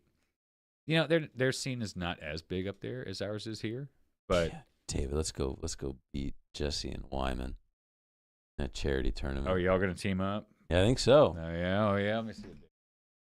He said he'll drive. I mean, that's all I needed right there, buddy. I mean, I could use a ride too. No, I'm kidding. I like to drive up there, so I will probably drive myself. I'm weird like that. I like to have my vehicle. It's fair. Yeah. You little nomad. I met somebody earlier this weekend that was saying the same thing. I was like, oh, thank God I'm not the only one. No, I definitely know people like that. It's Well, you don't give up any like Like you always have your freedom to do whatever you need to do, Right. which I definitely understand. Yeah, and it's I also don't drink, so Yeah. if I'm in a situation where I need to Yeah. get out of a scenario where there might be something that's You're just not at the Anyways. mercy of other people as much. right. So, thank you for help. I didn't have to explain all. I Got would have you. gone way too into Got you. that. So, all right, we talked about infringement on tournaments. I have to say it, and I'm going to say it. When I'm a mindful person, so I'm looking at the tournament schedule list, and I would not want to put a tournament ahead of somebody else's on the same day in the same proximity. I'm looking at all of that. There's a lot of factors that I'm going to look at. Because I do kind of have this idea that we could all be kind of working a little closer together for the betterment of our disc golf community here in Arkansas. Just not big enough to not be doing it any other way right now. Right. And the only way to get bigger, right, is to kind of try to all band together. Yep. In some way. I am not the person to do that, and I will admit that. And so I'll stay out of that kind of shit. I don't need to be the person running the ship. I know I can't be. I don't have the time, nor would I want to. So, but I'll at least say this. We've got there's some newer folks that are coming around, and there's not been a whole lot of communication, but I would definitely implore everyone as far as TDs, like there's some that do this to kind of just be mindful about when you're scheduling a tournament. If you want the best amount of people to show up for your tournament, to sign up for your tournament, to make it worth your time to run a tournament, because that is not easy, then be a little more mindful. Right? Yeah. I'll get a little bit more specific. Okay, if you want to go. Well, it's just like, route, no, it's just like, I know exactly which ones like we're kind of referencing, and it's like there's the tournament at Sherwood that's on the 30th, I believe. Yes. My birthday. That's your birthday? Nice. Yeah. Which one am I going to pick for my birthday? Which one do you want to go suffer at? Which is a one-rounder, I believe, that Chris Alcott is putting on. Uh-huh. And then I noticed that I don't even know when they announced it, a few days ago. I think the Empire guys are doing like a 3 days in a row, 3 different flexes or something. Yes. Yep. And it's the 30th, 31st, and the 1st. Which I will tell you, this is how you know. I ain't going back to Beaver Fork to play a rated round. Ooh, yeah, no, you're not. Hell no. That's a trap course. I don't think I would want to play a rated round there. I did it once for the fun of it. I did it twice because I needed redemption. Yeah. And I learned my lesson in those 2 times. You got the redemption though, right? Mm-mm. Oh, It got worse. Oh, no. I ain't doing it again. I am not doing it again. That is a course it's a course where anybody can shoot hot if they're feeling it, right? The thing is like, Beaver Fork, there was 0 score separation. Yes. There's like, I was watching that. there's the 400-foot downhill hole, Mm-hmm. which isn't even that crazy. Right. But at least like some people just can't throw that far. And then they do have several positions, or a couple on several holes. that's You really never know when it, those are gonna dude. be. Like the difference between me shooting my best round out there and like an 850 person shooting their best round out there is not that different. You're right. Yeah. Because the shots asked of you are just so easy. You're a propagator in that, I'm sure. Yeah, and I just feel like I'm always screwed if I play there. So I'm staying away from it. I ain't going there. I get it. For many reasons. Yeah. We talked about that before we get off track. But, did you want to keep going with the other? That was it. I definitely will be playing in the Greenbrier one either. I would love to, I've actually reached out and, said that maybe think about another day to host certain tournaments or move it one day over, and you'll get more people. There was Jesse's was full at that point, so. Oh, that's right. They did just do that on the day of the Grinch, didn't they? Right. It had been scheduled a while. There's been a lot of those happening. I'm just going to say, like, how many times does it have to happen before it stops being a coincidence? Right. That's a good point. And this is Arkansas. You just said it earlier. We don't have a huge disc golf scene. I mean, the marquee events aren't even filling up, so it's Right. like, why are we trying to split? And it's also like, I don't know. I mean, people can do things however they want, right? Like, this is obviously you don't my have to listen to opinion. me, right? Yeah, We're just some grumpy old men complaining at the end of the day. It makes good content. But I wouldn't want to try to get people to my tournaments by stepping on toes. Right. That's actually, I could have just said that in the beginning. It's all good. I like to talk. That's why we're doing this thing. Yeah. So a good point. Just man, that's exactly how I thought in the beginning of it. So when we were running tournaments, that was how. Well, I never ran very many, but they were always really flex starts. But they were always when there was nothing else going on. There was one time where we did run one. I apologize for that. But sure, it's all part of the learning process. Yeah, that's right. That's right. Experience is part of the learning process. So maybe this can be part of that. And there's a difference in a mistake versus a pattern. Yeah. Yes. Oh, nice. So I really wanted to play the I've never played Monticello. That's a new course. I was kind of like, hey, if you move that another day, I bet you get a lot of these guys signing up for it. And it didn't happen. So yeah. How many people signed up for the Monticello one, do you know? It was a single digit. Really? Yeah. Well, there you go. The proof is in the pudding. Yeah, and that's that's a drive and all that. Like, don't make it harder on yourself. Work smarter, not harder. Yeah, 100%. So, yeah, I'll have to see if I want to play the tracks. I think for me it depends on the layout. Let's see that real quick. I don't think if they play short to shorts, I'm gonna want to play it. Well, and that's also there's more than one layout out there, so hopefully they think about that. You give me like short to long or long to short, I could do that. Yeah, that would be your thing. And that's on let's see.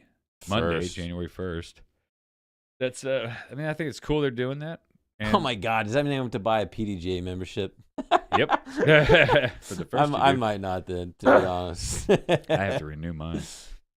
And I've got to pay $100 now if I want to, move up to the pro. I'm a pro. I'm not, but maybe.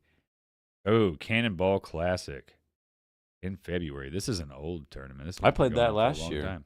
Did you like it? Yeah, it was the first time that I ever played Pleasant. Was it Pleasant View? Pleasant View and Old. Well, did they just play Pleasant View last year? No, we played Old Post and Pleasant View, but I had played Old Post before. Okay. Did you play Old Post Gold? Yes. Okay. Well, no, not like what they used to play for like the vintage. Okay, yeah.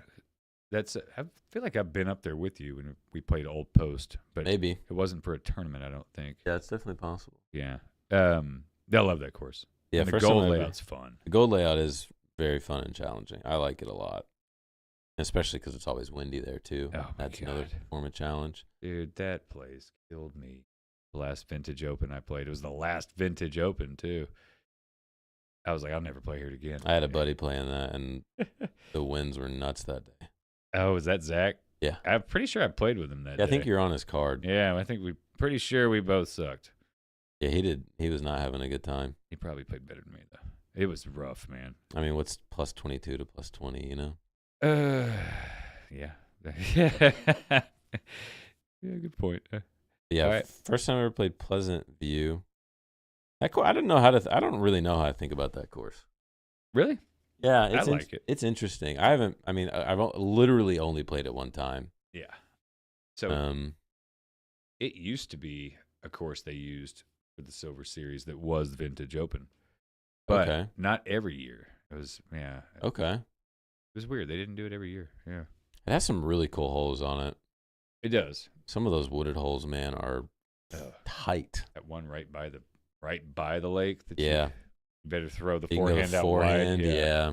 That was the hole we started on. Oh, that's awesome.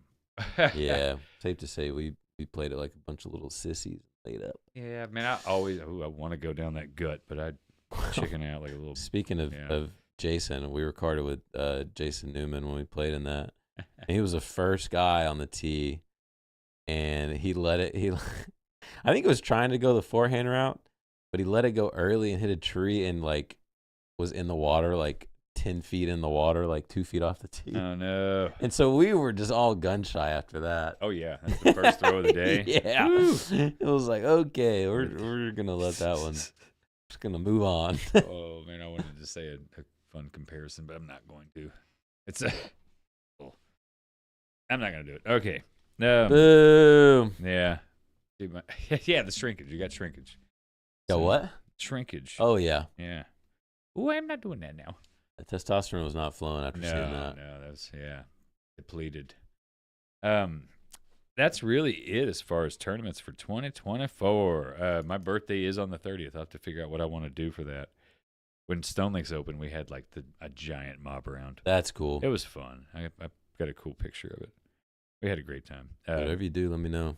Yeah, man, I will let you know. So it's, I mean, I like this, one rounder over at Sherwood, and I like my boy Chris Alcott. And your game suits up so well for that course too. Yeah, sometimes. Yeah. No, I mean it does. It does. You're right. I do need to. This week, I'm going to get to play quite a bit, so that's going to be nice. Taking a break from work and just going to enjoy it. Yeah. We might do a little travel and play some courses that maybe Mike hasn't played before. So I love to drive around the state. We got such a great state.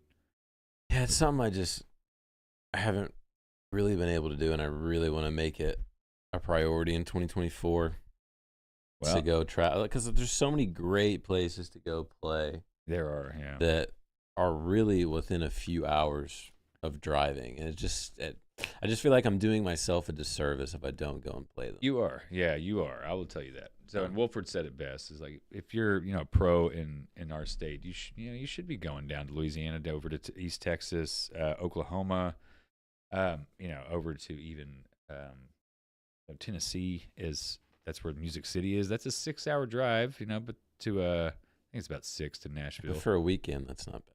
Hell no, man. And Nashville's super fun. Like, great city. I enjoy the hell out of it. I like to travel when I get the chance, and I love to drive, so I'm all about it. And I'll be doing that. So you're always welcome to go with me. Yeah, I definitely want to do it more. I didn't really get to do it at all this last year. Yeah. But I only had 4 weekends. And, man, you just really find out, like, how good these players are. I sound like a conspiracy guy, but I feel like we're so hard capped on ratings here. That's what a lot of people say, actually. So you're not. I just feel like going to travel. I keep going back to the Arkansas Open, but let's look what happens when you get people that aren't from the local scene here that are higher rated. It's like astonishing, the numbers. Yeah, and they're going to keep coming too, because a lot of these places like Perks and like Lacey and all of these longer TDs, they're getting, and Preston, they're getting that money that's attracting the pros, and we have a stop here. Yep. And there's an A tier now with Persimmon. We've got the NWA cool. A tier. That all I see is growth. 100%. Yeah. With that comes higher rated players, which you will get to play against. Can feed off your rating, buddy. That's right. That means maybe we'll get more of these 40 plus to come to the Arkansas Masters, and I might be. Let's see, who would it be? Kale LaVisca. Yeah, he just turned 40 last year. Kale's good, man. It'd be sweet to play with Kale. He Dr. seems like Smooth. a killer dude. Yeah, he's a good guy. Yeah, Dr. Smooth is smooth as hail too. Well, that's the other thing too, is it's like if you go travel and play in tournaments and your rating goes up, you're only gonna make the rating of all the other locals go up too. Right. So it's we're not. It's beneficial to everybody. It is. You're right. So I want to say I got a pretty good ratings bump because I was playing out of state a lot more often. Yeah, I mean, I really do think we're hard capped a lot. Yeah, I agree. And there's not a lot of room for growth. No. It's like if Abe's not playing, how like. Well, the problem is when you only have one. Like I know 1,000 rated player, right? Yeah, it's like, and I know how the system works because it's not all based off of one player. But if you have multiple 1,000 rated people, where it's like, because the thing is like, we're never just our rating, ever. Right. Like very rarely are you just your rating. Like some days, hopefully most days, you're above your rating, and then some days you're below it. Yeah. So it's like if you look at Abe and he's 1,007. And he shoots what should be like a 1040 or 1050 rated round, and you shoot one stroke worse. You've robbed but it's rating. like, oh, Abe's round is 1,007 rated, so yours is just like a 999 or something like that. Right. And it's like you don't feel like I have so many rounds like that where I just don't feel like the number matches to like how I feel like I performed. Yeah, that's fair. I've had a couple of rounds as well where Yeah, I mean, you know, I understand what you're saying totally. So it's I could talk about that forever. no, it's a good topic actually. Maybe one we should continue for next week. So Yeah. actually, it's a really good one. I want to write it down. Because now we've got Abe going up. We've got more players getting to 1,000 rated. Which is so cool to see. It is cool. There's good disc golfers here. Speaking of 1,000 rated, is Kristen going to get 1,000 rated this year? I don't see how she does it. She's 2 off, right? Like she's 998. She was 999, Yeah. and I can't see her playing bad next year. I can't either. I would imagine she gets it. And the players that are playing with her are going to be better as well. It's also like the thing is like now she's also setting the pace. Yeah. So, like even if she doesn't, like to her standards, like if it's not a great round, if she's still in like at the tippity top of the leaderboard, it's still gonna rate super high because she's kind of helping bring everybody else's ratings up. Yep. Okay. You're right. Whereas like if you're 960 and you're the propagator, you got to go buku Yeah. to go over 1,000 You got to shoot the hottest round on that course by a lot. ever. Have nobody around you for like 6 or 7 strokes. Like you got to beat 900 rated guys by a lot of strokes. You know what sucks is when you the 960 guy, the propagator, one of the main propagators, Goes crazy. But you go crazy, and then you at Beaver Fork, for instance, and then there's an MA2 or MA3. You see what you've done to your division. You've like wrecked everybody. All these, thinking in your head, oh man, there's nobody that's even close to me. And then an MA2 or MA3 player that maybe might be their home course has wrecked it for you. Happened at Cedar Glades. Oh yeah, that's right. Me and Abe both shot like, I don't even know what it was. 5 down, 6 down, somewhere around there, 4 to 6. Yeah. And we both knew we played horribly. Uh-huh. Like we were both like just this, head in our hand after the round. And I think we both got beat by MA2 and MA3. I think you did. Which is. Sorry, I just yelling at the mic. Which is just like. Hurt. I mean, there's just no way you're going to rate well when that happens. No. You're hoping that one gets dropped, right? I think it did for Abe. I don't think it did for me. Ouch. Yeah, I've had those, man. Kind of wrecked my rating for the whole year, it felt like. I mean, almost all of Eli's flex starts have been a tank to my rating. Eli. I told him that because I ended up winning the point series. Yeah. For that, which was cool. And so you had to also. Yeah, I said, hey, man, I'll do it again next year. I'll take my rating for your point series. Don't give me points. I just want my rating points. Which I don't. I understand why he does that because, like, I mean, look at how many people showed up for the first one he did at Beaver Fork, right? Like 120? Yeah. And I loved, oh my God, yeah, he was getting huge amounts of people. And it's all lower rated people. It's going to be a D tier next year, right? Yeah, that's right. Everybody D tier next year for that. It's do the rules, read the rules. All right. So yeah, it makes sense. Like the game is kind of governed by the MA2 and MA3. It can be, yeah. Which is why I'm a big proponent of changing layouts. If you've got more than one layout on that course, more people will play it if you put MA1 pros, maybe MA40. Keep MA40 out. You can keep them there if you want. It's up to you. But when you're changing the layout, you're changing the course, right? 100%, and you're adding that separation. Right. I actually heard. I think it was Brody that I heard say this, and Brody. I mean, I don't agree with everything that he says, but this was actually a really good point. Yeah, he has good ones. Was if you take, what was it, like a 350-foot hole, and it's in the middle of a wide open field. I would like to think that I'm getting that every time. Uh-huh. MA2 guys are also probably getting that a vast majority of the time. Sure. Now, you take that same hole and you put a pond at 320 or 300 feet, carry or whatever it is. I'm not playing it any different. Uh-huh. Yeah. But those lower rated guys that have to, either throw something flippy or, that's not quite in their distance range, like that's adding huge score separation. So now my game plan is the exact same as it always is, but I'm getting rewarded more for a good shot instead of me and the MA2 player being on like the same exact playing field. Good. And you could bump that up even to like 400 feet. Yeah. I mean, that's a really good point. And Brody has good ones, man. Smart guy. It's like I was telling David this last time we played hole 12 at Sherwood. Oh, 12. It's the par 4 that usually goes up the hill, but Yes. is now in the short. Uh-huh. And even both examples, I will loop this and hole 8 at Tees in the Trees in the same category. Okay, hole 8 at Tees in the par Tree. 5. Yep, par 5. All right. It is so, I want to say so incredible. It is, you have to throw an incredible shot and 2 incredible shots at tees to get an eagle. I know. But you can throw 3 very mediocre shots and get a birdie. Or at like Sherwood, you can throw 2 mediocre shots for the par 4 or 2 mediocre shots for the par 3 in the short. Is it a par 3 in the short? In the short, Okay. apparently it is. I thought I'd seen So it as a 4 at times. Yeah, for like the 3, you have to throw a very good shot to get a birdie in the short. And most of the time, it's like I threw it past the basket the other day, but like it's a hard one to control at that distance with the flight that especially with the wind, makes it that much more difficult. Yeah. Whereas somebody that's throwing 150 feet less than me, like we're getting the same score a lot of the time. Right.